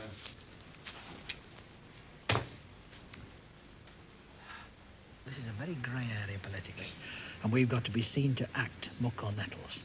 All right? Yes, sir. And we'll have every Tom, Dick and Harry lefty on the bandwagon, won't we? Yes, sir. Yeah, good lad. OK. Sir.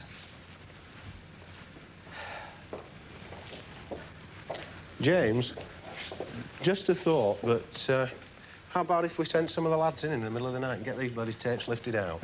Let the buggers sewage, you mean? Yeah. Yes, well, what about our friends, the police authority? What if they don't back us up? You're going to pay all the damages and the costs. Ooh, ouch, yeah. Now, this way, we get the press working for us, don't we? Right.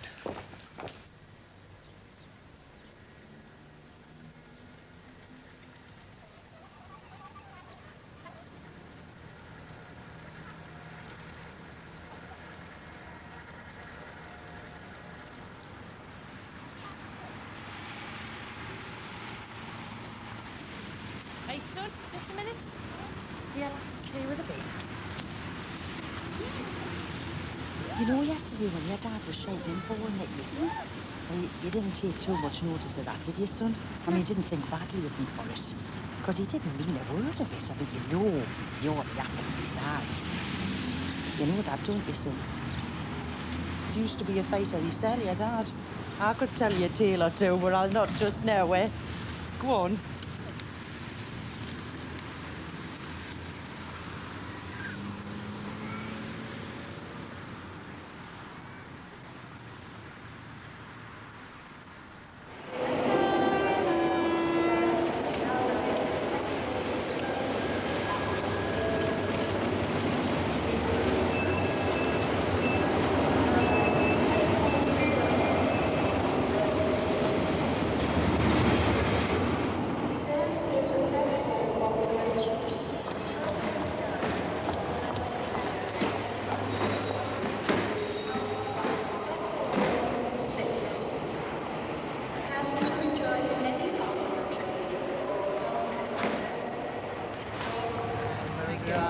Have a good journey. Yes, fine, thank you.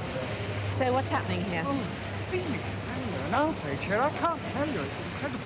The tenants are behind the party then? Behind us, with us ahead of us. The feeling on the larger housing estates was tremendous. And what news have you got of the appeal? I haven't heard anything down I'm not south. surprised. I can't understand the delay. Well, not that the outcome will be any surprise, I don't expect. See, you've come in from a mauling from the press. Angry. 15 years in and out of politics. I've worked for this town. And now this name. But do you know what gets me so? We can't answer back. No. But, Barbara, the grassroots feeling is tremendous, and they're going to be looking to you for a lead. The Commissioner's got to make a move soon. Yes, I'm sure. He's blocked at the moment. We haven't got much time. He's got to do something to justify his existence. Well, he's finally arrived, the man from Whitehall. So now, I'm afraid it's official. You are a threat to civilization as we know it. You've all seen that, right? Terrific. Tory press. But I know that it's no joke, really, and that what is important is that you know what support you have. So first of all, let's deal with my support, which you must know is 100%, right? Good. Now, I think that you've got quite a bit of support on the NEC. Oh, you could have fooled me there, Barbara. Well, it may only be verbal, me. and I don't know how long it'll last. But there again, it's not for me to criticise my trusted colleague. We can, though. But it won't be any surprise to any of you to hear that you haven't got, you can't expect, and you won't ever have support from the parliamentary leadership. Barbara!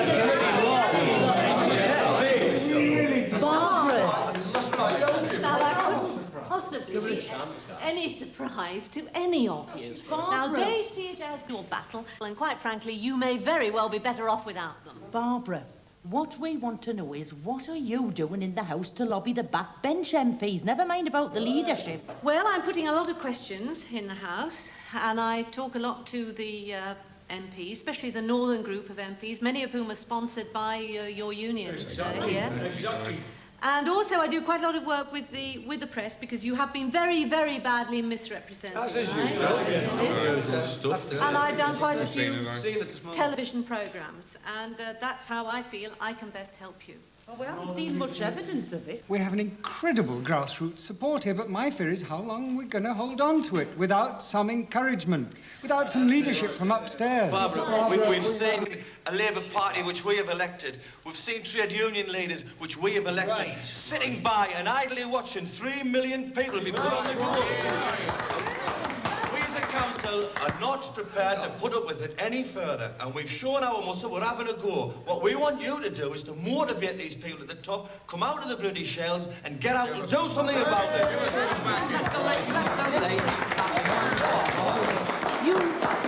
It's not against you, Barbara. No, sure, I realise. But you've got to understand that we're in the firing line, Sure. not the MPs. No, absolutely. But you must understand that it is the Tories who have sought this confrontation, right? Well, it's them that should be on trial, not you.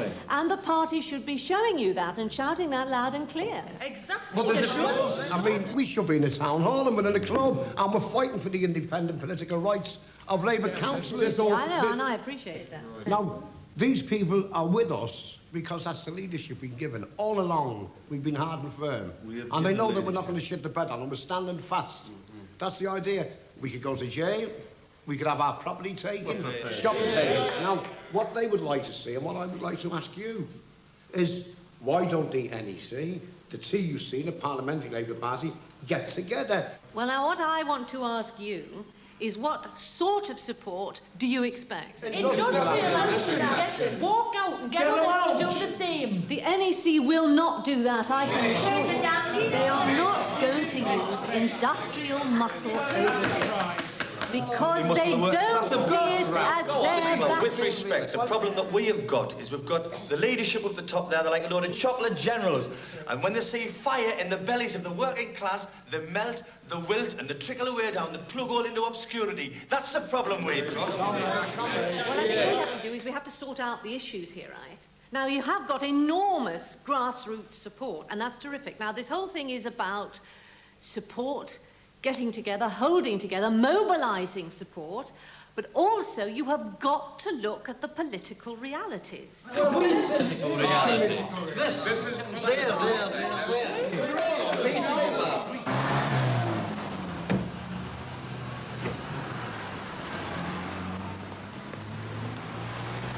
Are you council around? Yeah? Oh, we have a warrant for your arrest. We'd like you to accompany us down to the station. At this time of the day? At this time of day, if you don't mind. I suppose I do. Is it? Come on, you know what it's for.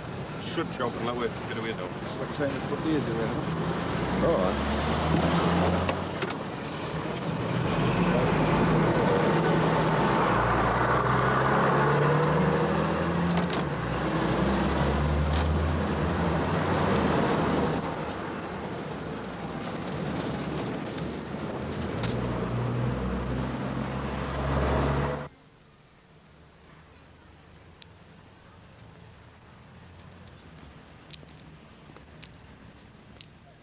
One for Andy Pandy. Give one to Andy Pandy. Yeah. Yeah. Ah, give him a little bit of yours. Give him some of yours. Have you dropped it? Oh, dear. Oh, Andy Pandy's fell off the bed. Oh, dear. Oh. Just a minute. Who's this now? Someone for money, eh? Ah, well. There's none for them. Let's see who it is now. Councillor Catherine McGuire. Oh, Jesus Christ. What is it now?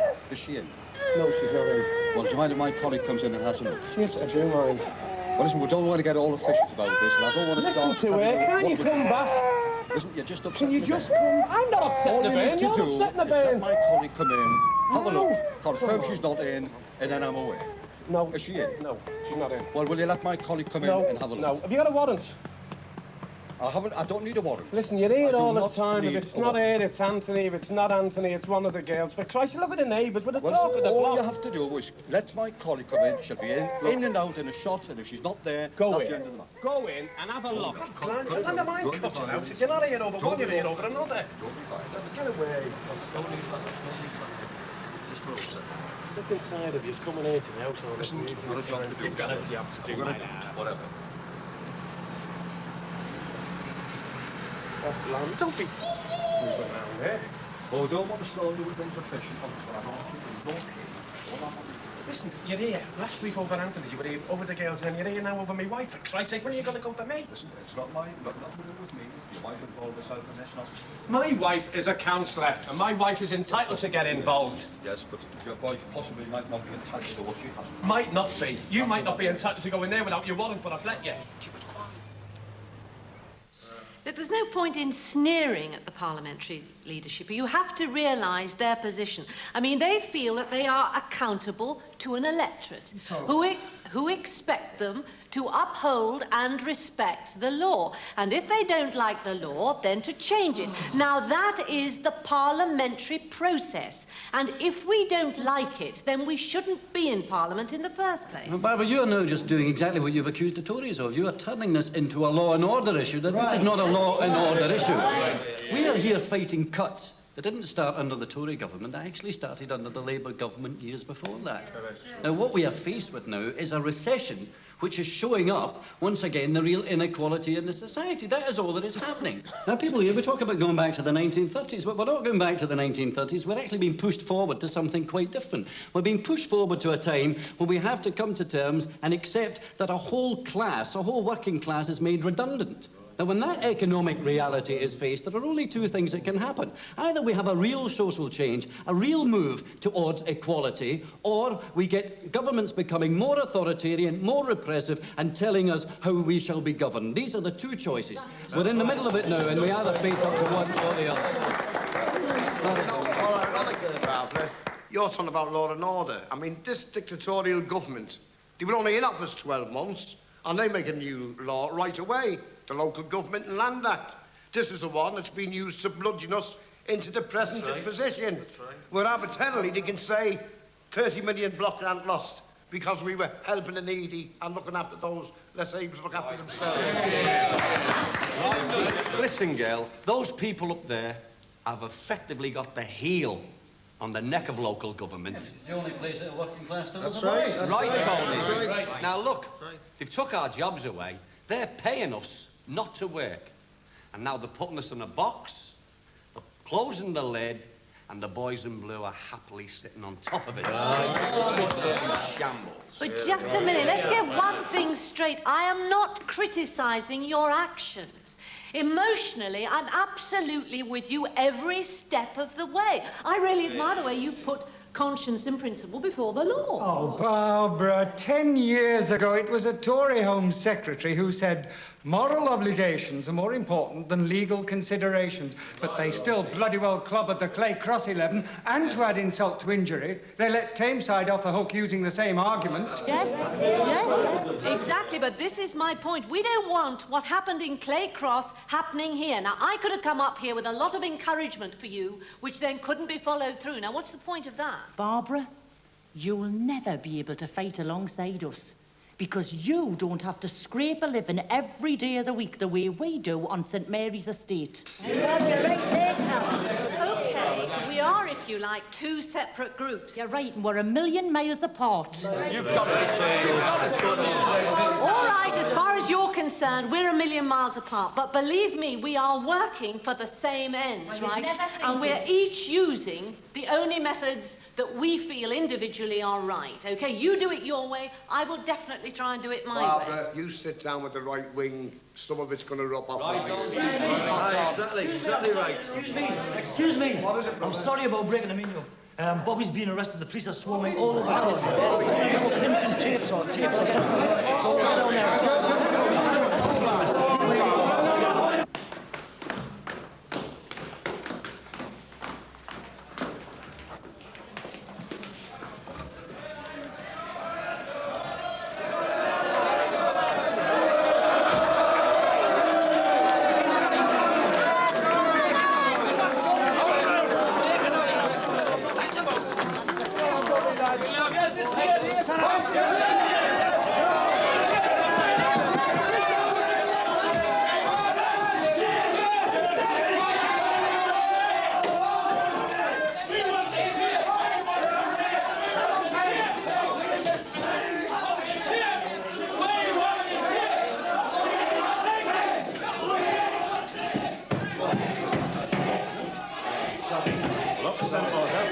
We'll have to get some sort of assistance.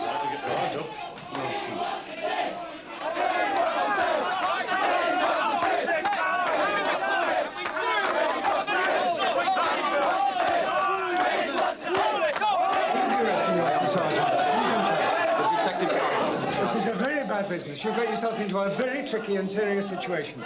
I see you have the tapes there. Those are council property, you realise. Well, what are you proposing to do? At this moment, sir, we're just going to get on to some sort of assistance. Oh, no. If you bring in any more policemen, especially uniformed men, you're going to exacerbate that situation out there. You realise that? What would you suggest we do, sir? Look, we can get you self-conduct, safe conduct. All right. But you must leave the safes. Well, I think we can guarantee you some sort of safe conduct through that crowd, but the tapes remain here, and no more uniformed men. I must confer with the chief superintendent. Obviously, Just give me you 2 must. minutes, sir. Sergeant? You get your instructions, and we'll try and help quieten them down. We'll see what we can.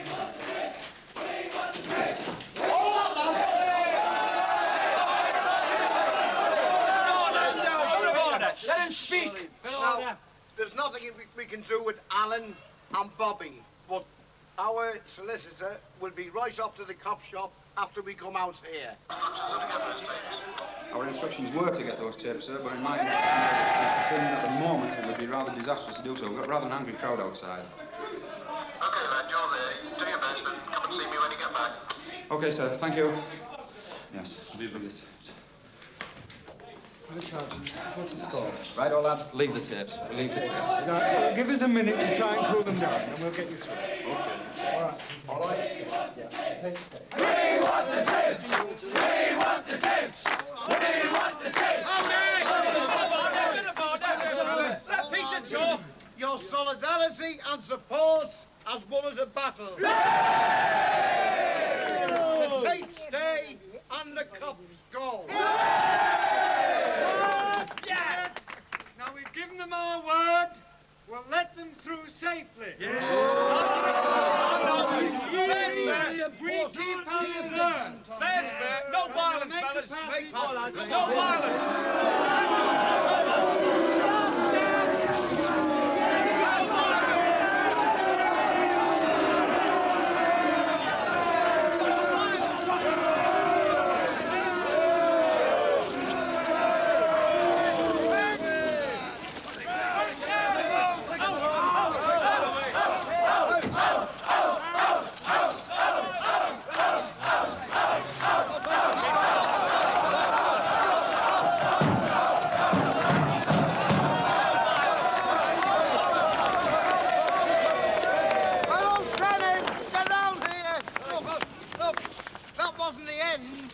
That's just the beginning. What you feel now is the iron fist of the velvet glove. Right. But we're at this stage when, seriously, we have to consider whether we run away like rabbits, the way they treat us, and they will pick our... No way! Listen, Hey! they're going to come back here and they're going to start picking us off one by one. You, Kathy, you, Peter, and Kathy! Protect Just a minute! The police have just been for Kathy. What are you going to do about this now? What's happening now? What about the bloody big wages have been shouting for months? What are you going to do about her now? Let Peter speak. Hang on. She happens to be my wife. They're not going to arrest our councillors without a full... Dennis, Russia? Never mind, Dennis. Never mind, Dennis. You're out of work because you were attacked when you got attacked by the boss. It's only the same. And who backed me up? Listen. Who backed me up, Peter? I was left on my own, and she'd be left on her bloody own again. She won't. Yes, she bloody will. No, she won't. Shall we allow them to come into our house? No way. No. We look after our own. There is a way to stop them. Up with a barricade. Put a barricade up. What are we going to do? Well, That's it. I believe our friend here said barricade. That's right. We only have two weapons at our hands if we withdraw labour. And to put barricades up. Just a minute, Peter. Just a minute. Look, just a minute. Listen, we're with you all the way. But listen, barricades, consider what you're doing.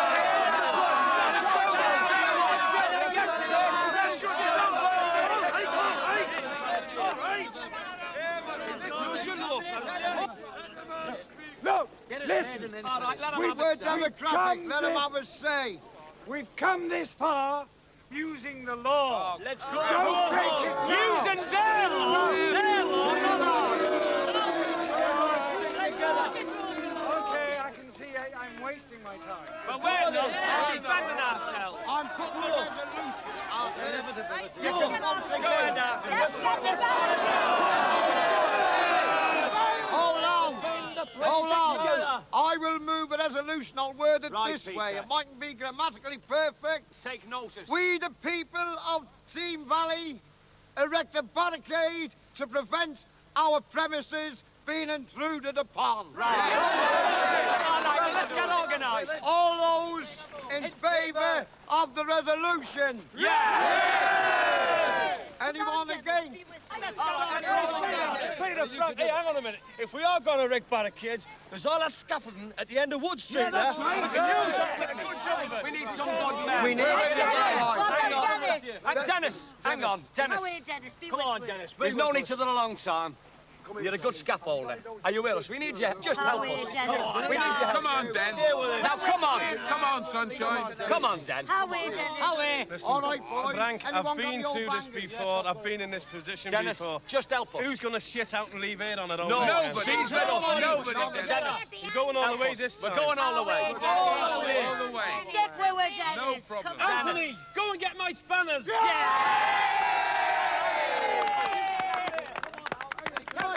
Get your tools. Get your tools.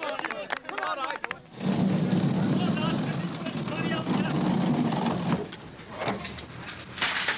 Get that in there.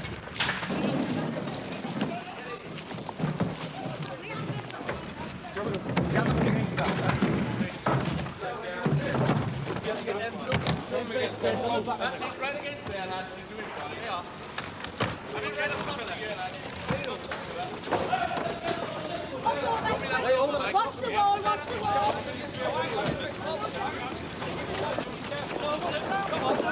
Right, is that all right? Beautiful. Are you going to help us with it all? All right, my darling. What are you doing? You going to help us with this lot? Yes, come on, darling. Come on, Bob, get through there. Get a toilet out. Come on, it's going to be strong. No, Bob, there's nothing at all to worry about. It's just a local disturbance. Yeah, they're trying to stir up the local unions, but they're not having much success. Come in. Yeah, I'll let you know as soon as the emergency services are affected. Yeah, the CCU's been informed, but not at ministerial level. Huh, you're wasting your time. The Home Secretary's abroad. Has he ever anything else? No, you have to support as well, don't you? After Brixton and Bristol and the rest. Very important, yeah. Yeah, OK. How's Maureen? Oh, she's fine. Yeah, blooming. Cheers. OK, what have you got for me? What? lads to be ready in conference room 6. Yeah. We've had the green light from London for the support units. They should be here for 8 p.m. 8. The whole area to be completely cordoned off. And lastly, all unacceptable press to be kept out. Good, you're going to have a job there. Good. Don G here? Yeah, he's outside. Right, I'll get over to the conference room. Oh, yes, both special aid groups to be on standby. Hello, Janet. Ask the chief steward to come in, will you? No, I haven't forgotten. I'll be there. Who else is on the programme? Good, yeah. Oh, it's him, is he? Yeah, he's a nice lad, that BBC lad, yeah. Oh, she's a pet lamb, isn't she? Oh, the solicitor's on us. He's a greasy little bastard. Mind you, I can usually get him going. But he's got them all in the air. All in the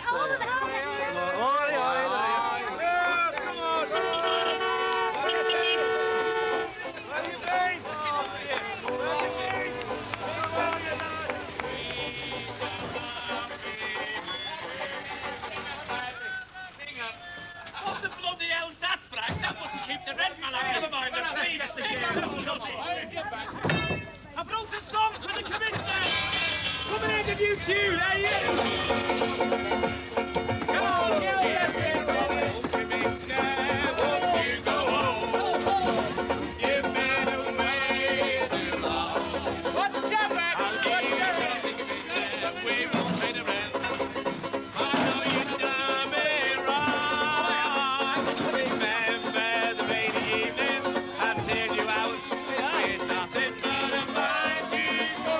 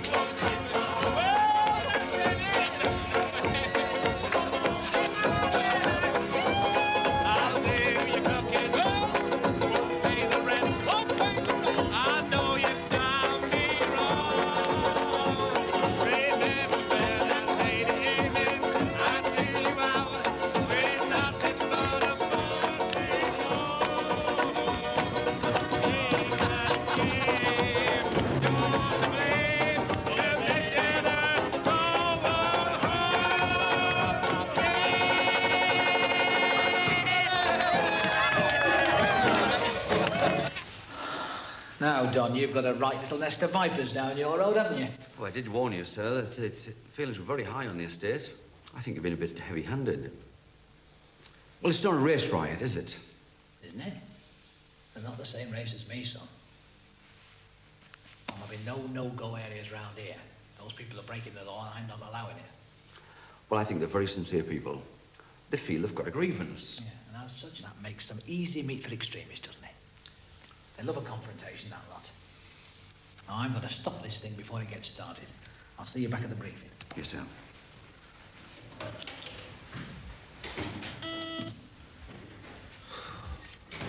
Gianna, what time's the banquet this evening? I don't have to get dressed up, do I? No, thank God for that. Yeah, of course I'm going. Show them everything's under control. All right.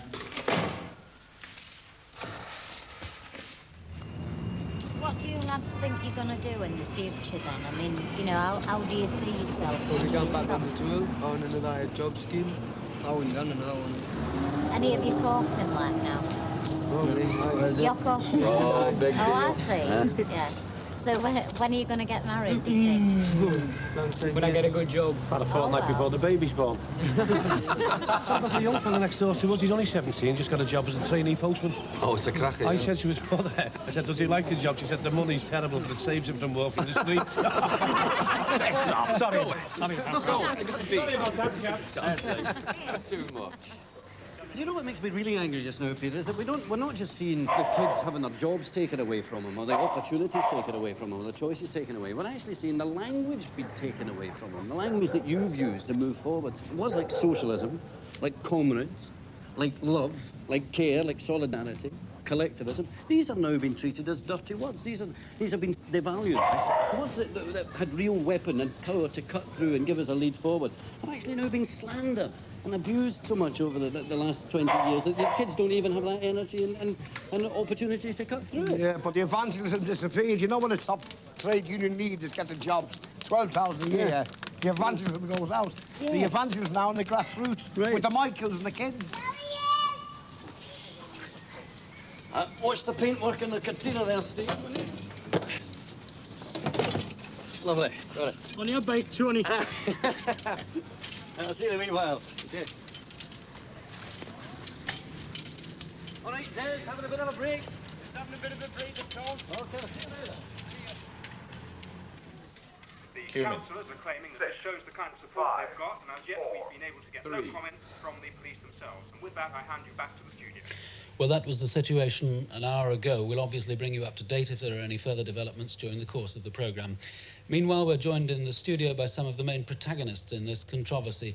Chief Constable James McBride, if I can come to you first, how do you defend your decision to make these arrests? I'm not sure I like the use of the word protagonist for a start, but I don't want to comment too fully on the situation as it stands because it's an ongoing situation, but the arrests for me are simple arrests. Enough evidence was brought before me to make me have sufficient suspicion that a crime had been committed, theft, and I instituted instructions for these councillors to be arrested. But many people are clearly very critical of your position. These are surely not simple arrests. If I listened to what many people say and let it influence my judgment, I'd never do my job. Well, Barbara Sullivan, as a parliamentarian who's come up from Westminster this afternoon, do you accept that these are simple arrests? No, I don't, not at all. I think they're being very far from being simple arrests.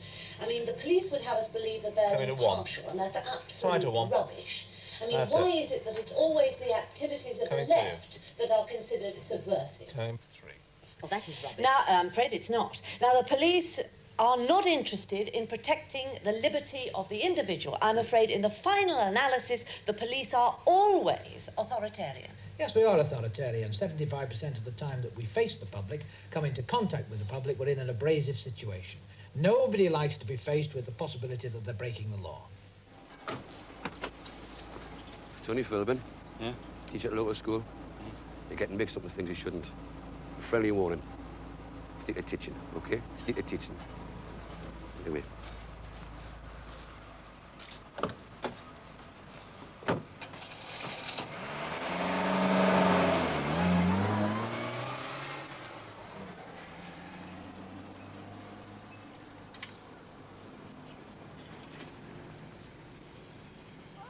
Helen Russell, as a local politician, a Conservative, has gone on record in the past, often vehemently in support of the police and what we used to call law and order. Make it a two-shot on 3, in this please. instance, the thin line between law and freedom has become blurred. Not at all. I believe in the right of the individual, but I don't believe in the right of the individual to take the law into his own hands. Yeah. Otherwise, we're going to have a situation such as there is in Northern Ireland, when our policemen are being killed, some of them young boys. We've got a situation in Brixton where the police did a wonderful job, but they're always the man in the middle. They're always the whipping boy. They can't win. And I would like to make this point. If there's one person or there's a group of people who break the law, whatever their political persuasion, then they must be brought to justice. They must be punished. You talk about the law, just a minute, you talk about the law as though it arrived pristine and God-given. Well, it didn't. It arrived normally through struggle. The sort of struggle that my constituents are engaged in now. You and me, we sweat and strain, bodies all aching and racked in pain. Heave that badge and tote that veil. You get a little drink and you land in jail. I'm sick of fearing and I'm sick of trying.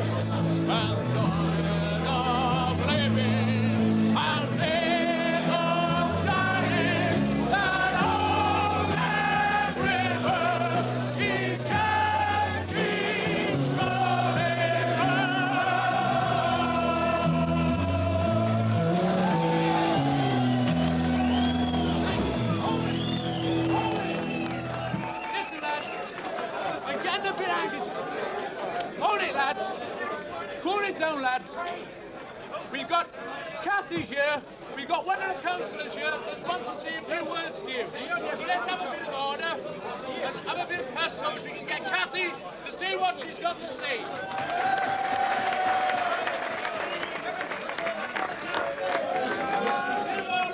All I want to do is to remind you why we are here and why we've taken on this government, because that's what we've done. Get the Tories out! Right. Yeah.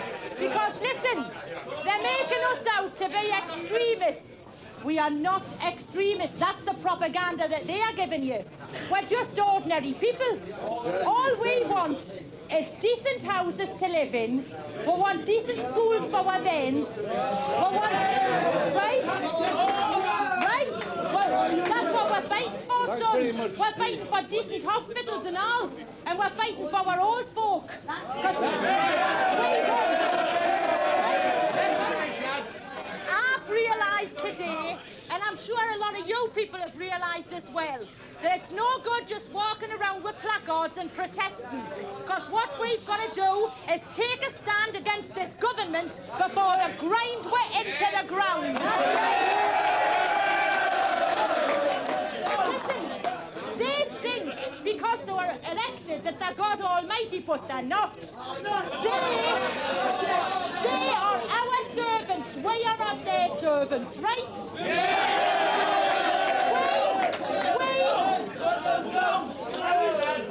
We, the working people of this country, and I'm not just talking about Team Valley, I'm talking about the whole country, we have taken on this fight because we believe we make the wealth of this country and we should have the power. And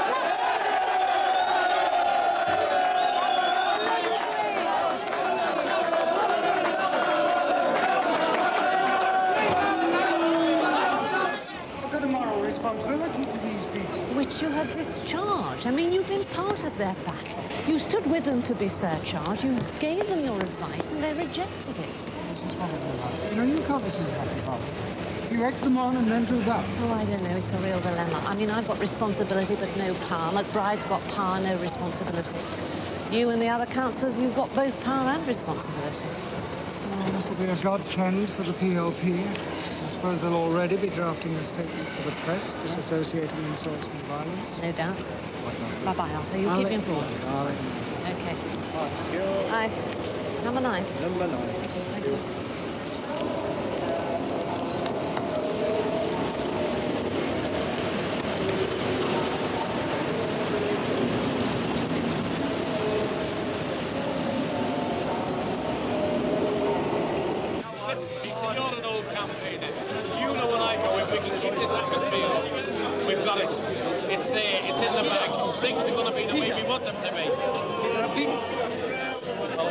GLC, I've been to Camden, Lambeth, I've got home numbers for a couple of people, but obviously the office is out of business time.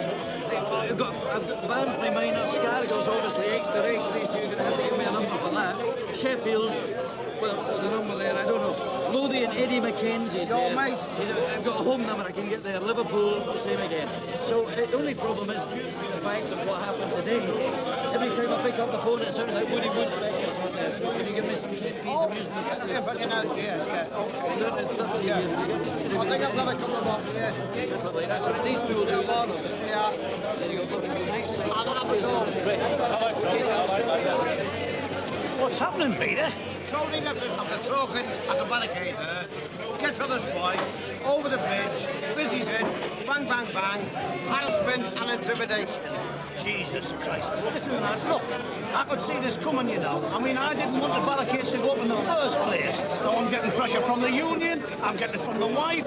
I mean, we don't even live on this estate, you know, lads. Oh, getting pressure. Look, I'm sorry, lads, I've gone as far as I can go. What are you talking about? You've gone as far as you can go. What he says? You knew what it was when you come in. It was a fight. I told you, you could have put your arm up, so you're going out. You're packing in. You're backing out now. Oh, for God's sake. Have a go. I'm sorry, lads. Good luck. You're sorry? What about some?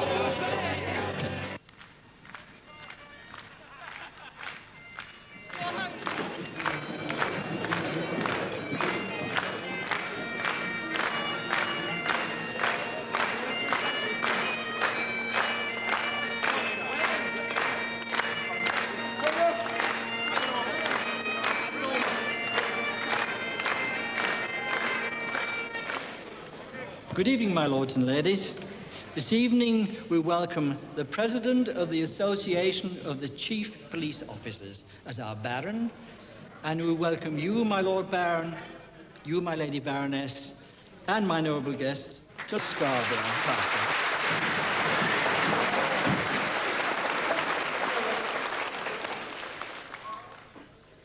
We Elizabethans would like to propose a toast to your Queen Elizabeth II, if you, in return, will propose a toast to our Queen Elizabeth I.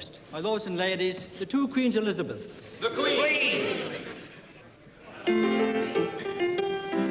Here's a health unto Her Majesty. Confusion to her enemy. And he that will not pledge her health, I wish him neither wit nor wealth, nor yet a rope to hang himself.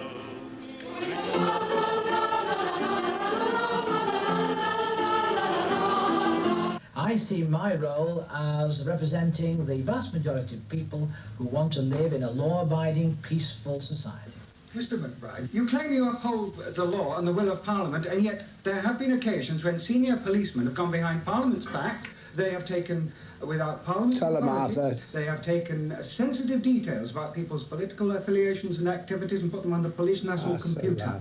Now, you're not even answerable or accountable to your police authorities, though in law you're supposed to be. Chief Constable, I know very briefly, certainly if you could answer that point. I can't be answerable to other chief constables' relationships with their police authorities. I see my relationship as a happy one, and I am quite content that I am doing my duty according to the law and to my own Christian conscience. An authority can't even fire its chief constable. I know of authorities that have tried and couldn't, because the Home Secretary of the day, if he wasn't in the pocket of the Association of Chief Police Officers, then they bullied, bludgeoned and pressured him into doing their will. And that's what I mean about the political strength of associations like that. Father Sullivan, Harry Russell. Big blah, blah, blah.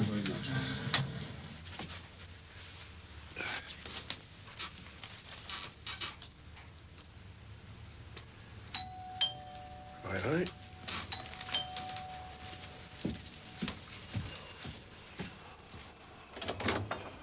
Aye. Hello, Peter. I thought you were the new rent man. Times I wish I was a rent man. You just in time was just going to open the bar. Good. Take a seat, Tom. Just what I need. A drink. Here, nice stop at Pickett there. I didn't pick it. Pickett's. You can open your own. I saw the new decorations on the estate as I came in. Cheers. What brought you round here? Just came to say hello. You'd like to come and say hello to an old friend, aren't you? Is that all? We are still friends, aren't we? Are you working or are you in the plain clothes now? Plain clothes. Cheers. Cheers. What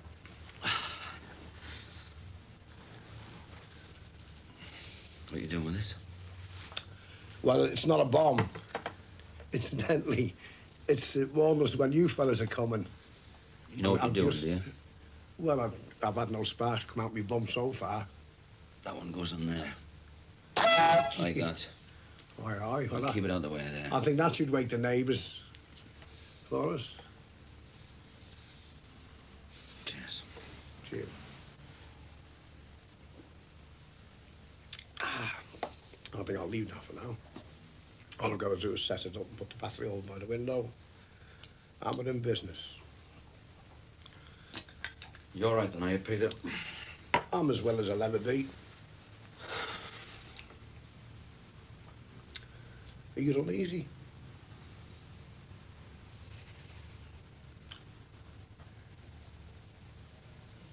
You know why I'm here, don't you? I've got a good idea. I mean, it's all going to happen. Tonight, it's going to happen. You and me know that. And it's going to be a nasty business, Peter. But why nasty? Look, Tom, I mean, all we've done there is put a couple of bits of timber across the street to keep the cop cars from coming out and arresting our fellas and picking them off. We're protecting our houses. That's all we're doing. We're not attacking anybody. It isn't going to be any of our lads that's coming in. Make no mistake, none of our lads will be there. It'll be the heavy mob that comes in, Peter. This is what I've come to tell you. A special patrol group. Police support units. Call them what you want. The hard buggers, Peter. I've seen them. Hard buggers. Well, you'd probably see them again tonight.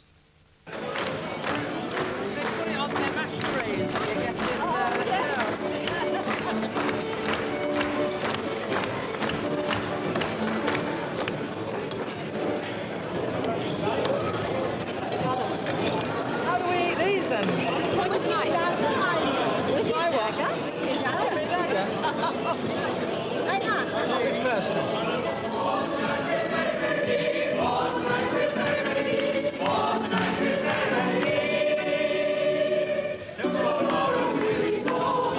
Hey, George, you won't be sober tomorrow. I joined a police force that was a police force before 1964, when you had your own little patch to look after. From 1964 onwards, the so-called centralisation of police areas. Huge units of faceless buggers. You never know who's in charge, who to account to. Chief Constables, McBride, a man who's talking about offensive action out on the streets against our own people. People in the streets calling me a pig. Who's he accountable to? I don't know who he's accountable. I don't even know who I'm accountable to. I just don't know. It's gone all political. Far too political for my liking. The powers that be send word down. People who don't know the area, people who have probably never been to the bloody area, are sending instructions for things to be done. They don't know. Some of them have never been here. It's not a bit like the old days, the old watch committees, is it? Watch committee? That's a long time ago, the watch committee. We give you your job. You were on it. Unanimous vote. Sometimes I wish you hadn't. Isn't that a sad thing to say? I am sick of being in the job that I'm in. If anybody had told me, Peter, that the police force would turn out to be like it is today, riot shields, helmets with bloody visors on, I'd run 1,000 miles, Peter. 1,000 miles to get away from it. Sad. Sad situation. And I'll be out there tonight, you know that, don't you? Don. I'll have to be. I'm a policeman. I'm proud of being a policeman. You've always had dignity, Don. Proud of it. But I'll tell you what, you're looking over our shoulder, and the McBride fella's looking over yours.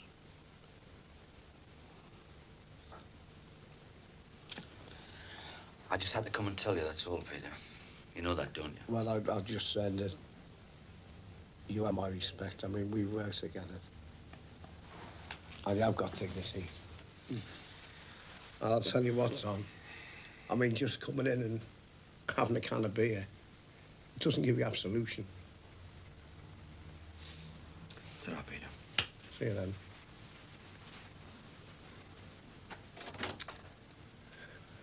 A good man.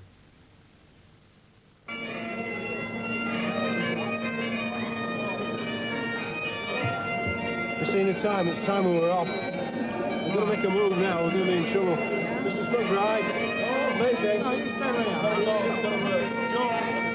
We'll work and I'll see you later. Say hi. Yeah, Don. Yes.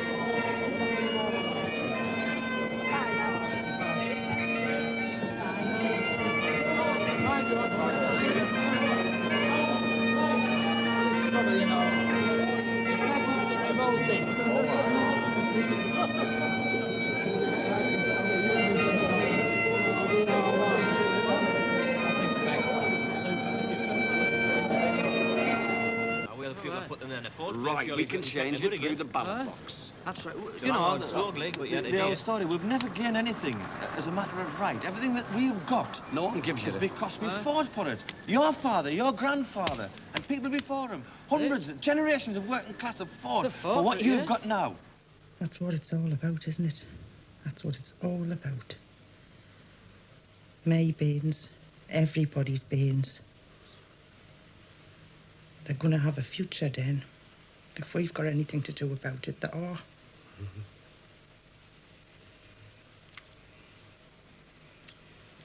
I mean, people might think what we're doing here, they might think it's nought. They might think it's just a bit of bravado, but it isn't. It means something to everybody then, doesn't it?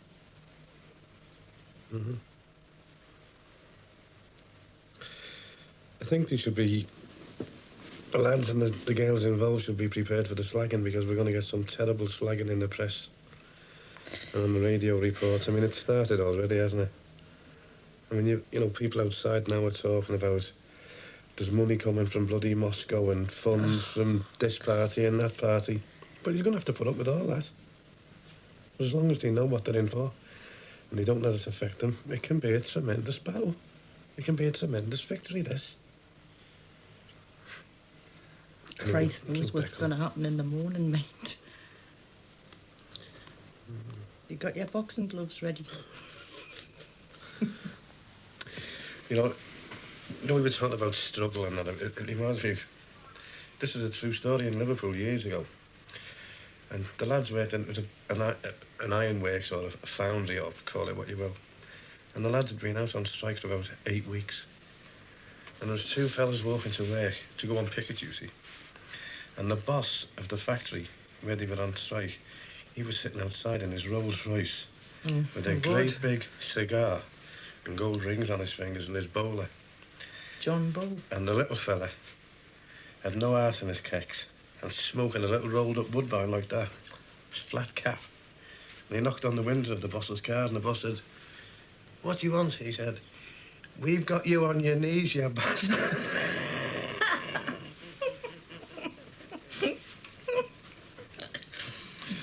Listen, I'm going. Thanks. See ya. My lords and ladies, we Elizabethans bid you good night in song.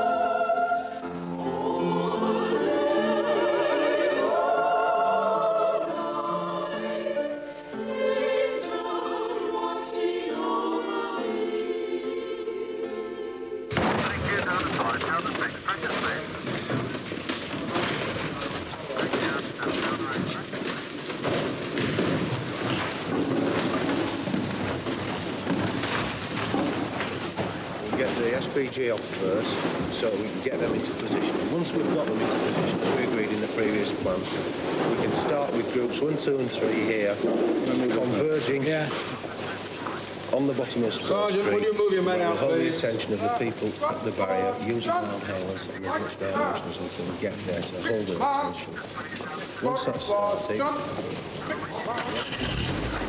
get on with their operations.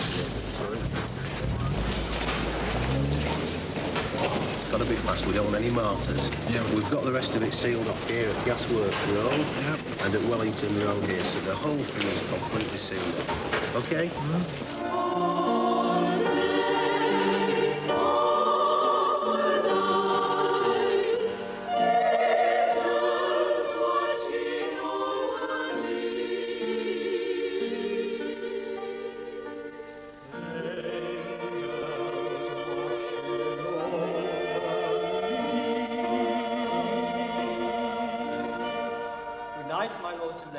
Good night.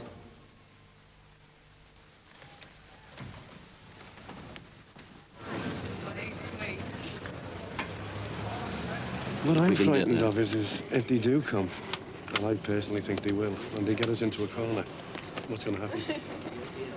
What are you going to do? I know what I'm going to do. I'll run between the legs. How long can you keep running for? No. Every time they get us into a corner, do we run? I don't know. I don't know. I mean, what have we got to lose? There's no jobs. There's terrible bloody housing. No recreation facilities. There's nothing, so what do we lose? Do you know what? It's a terrible thing to say, but 90% of these kids would be better off if they were in bloody jail. They'd have accommodation. They'd have regular food. They'd even have clean clothes. But it shouldn't be the option that we can pay. I know it Pay for the shouldn't. best I know of it shouldn't be the option. But they've got no bloody option. That's what it's all about, isn't it? Yeah, I know. Coffee, sir. Oh, thanks. Coffee, sir. Thank you, Sergeant. Check all units, would you, Inspector?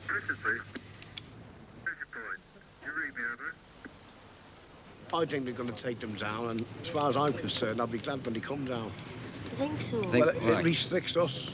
I mean, we're watching here, we should be doing our organising. Yes, we should. I mean, if we put a white line across there, it's just a defiance. It doesn't really matter, does it? We've built it with our hearts into it. Well, that's it. But if they're going to come in heavy-handed. Forget about that. Forget about the barricades. Think about us. Think about what we've got out of it. Think about what we've learned from this. Think of the lessons we've got out of it. Think of what way we're going to think after this. That's the thing. That's it. That's what we're into. You've got to pass it all on to your bloody families and educate the people on the estates. It's them what we've got to get at. Have you ever heard the what we saying? live for. There's an old saying, they say, the pen is mightier than the sword. You know. Well, let's face it, the sword's handy sometimes, but they've got all the swords. Are all units in position?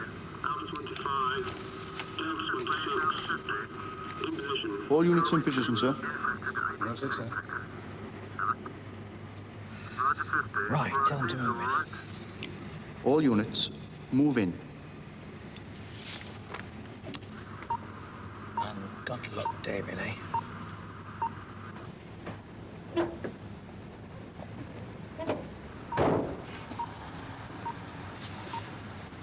Oh, Peter, there's someone happening. Police car. There's a police car. Police van. Hey, there's no bugger shit me up here. Come on. You are committing an offence by willful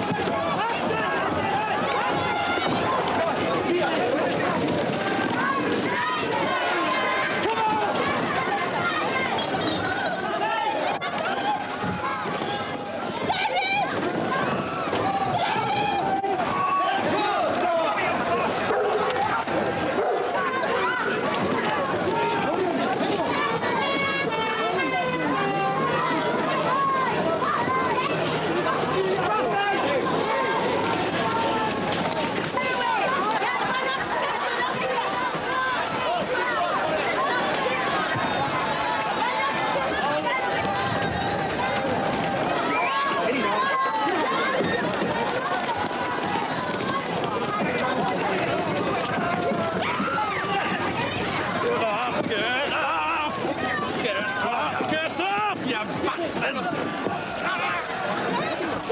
him! He's done nothing wrong! Get off him! Get off him!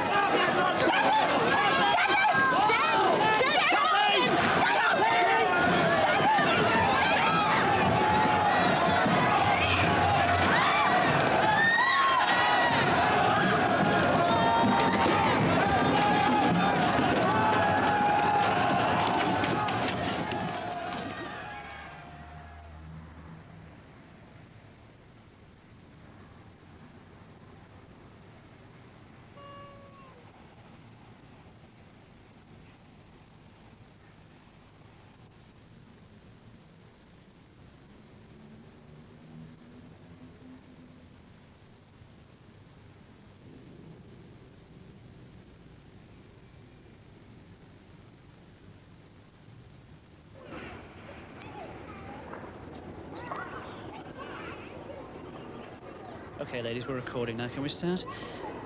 It's been a rough night here on the estate. Do you regard it as a total defeat for your campaign? Total defeat? It's not a defeat at all. As far as I'm concerned, it's a great victory. I mean, I've got a lot clearer in my ideas through going through this, haven't you, Julie? Yeah. What we've realised is that this struggle out here, it's not just about a local issue. It's part of a whole picture. The struggle is for us to have a say in our own future.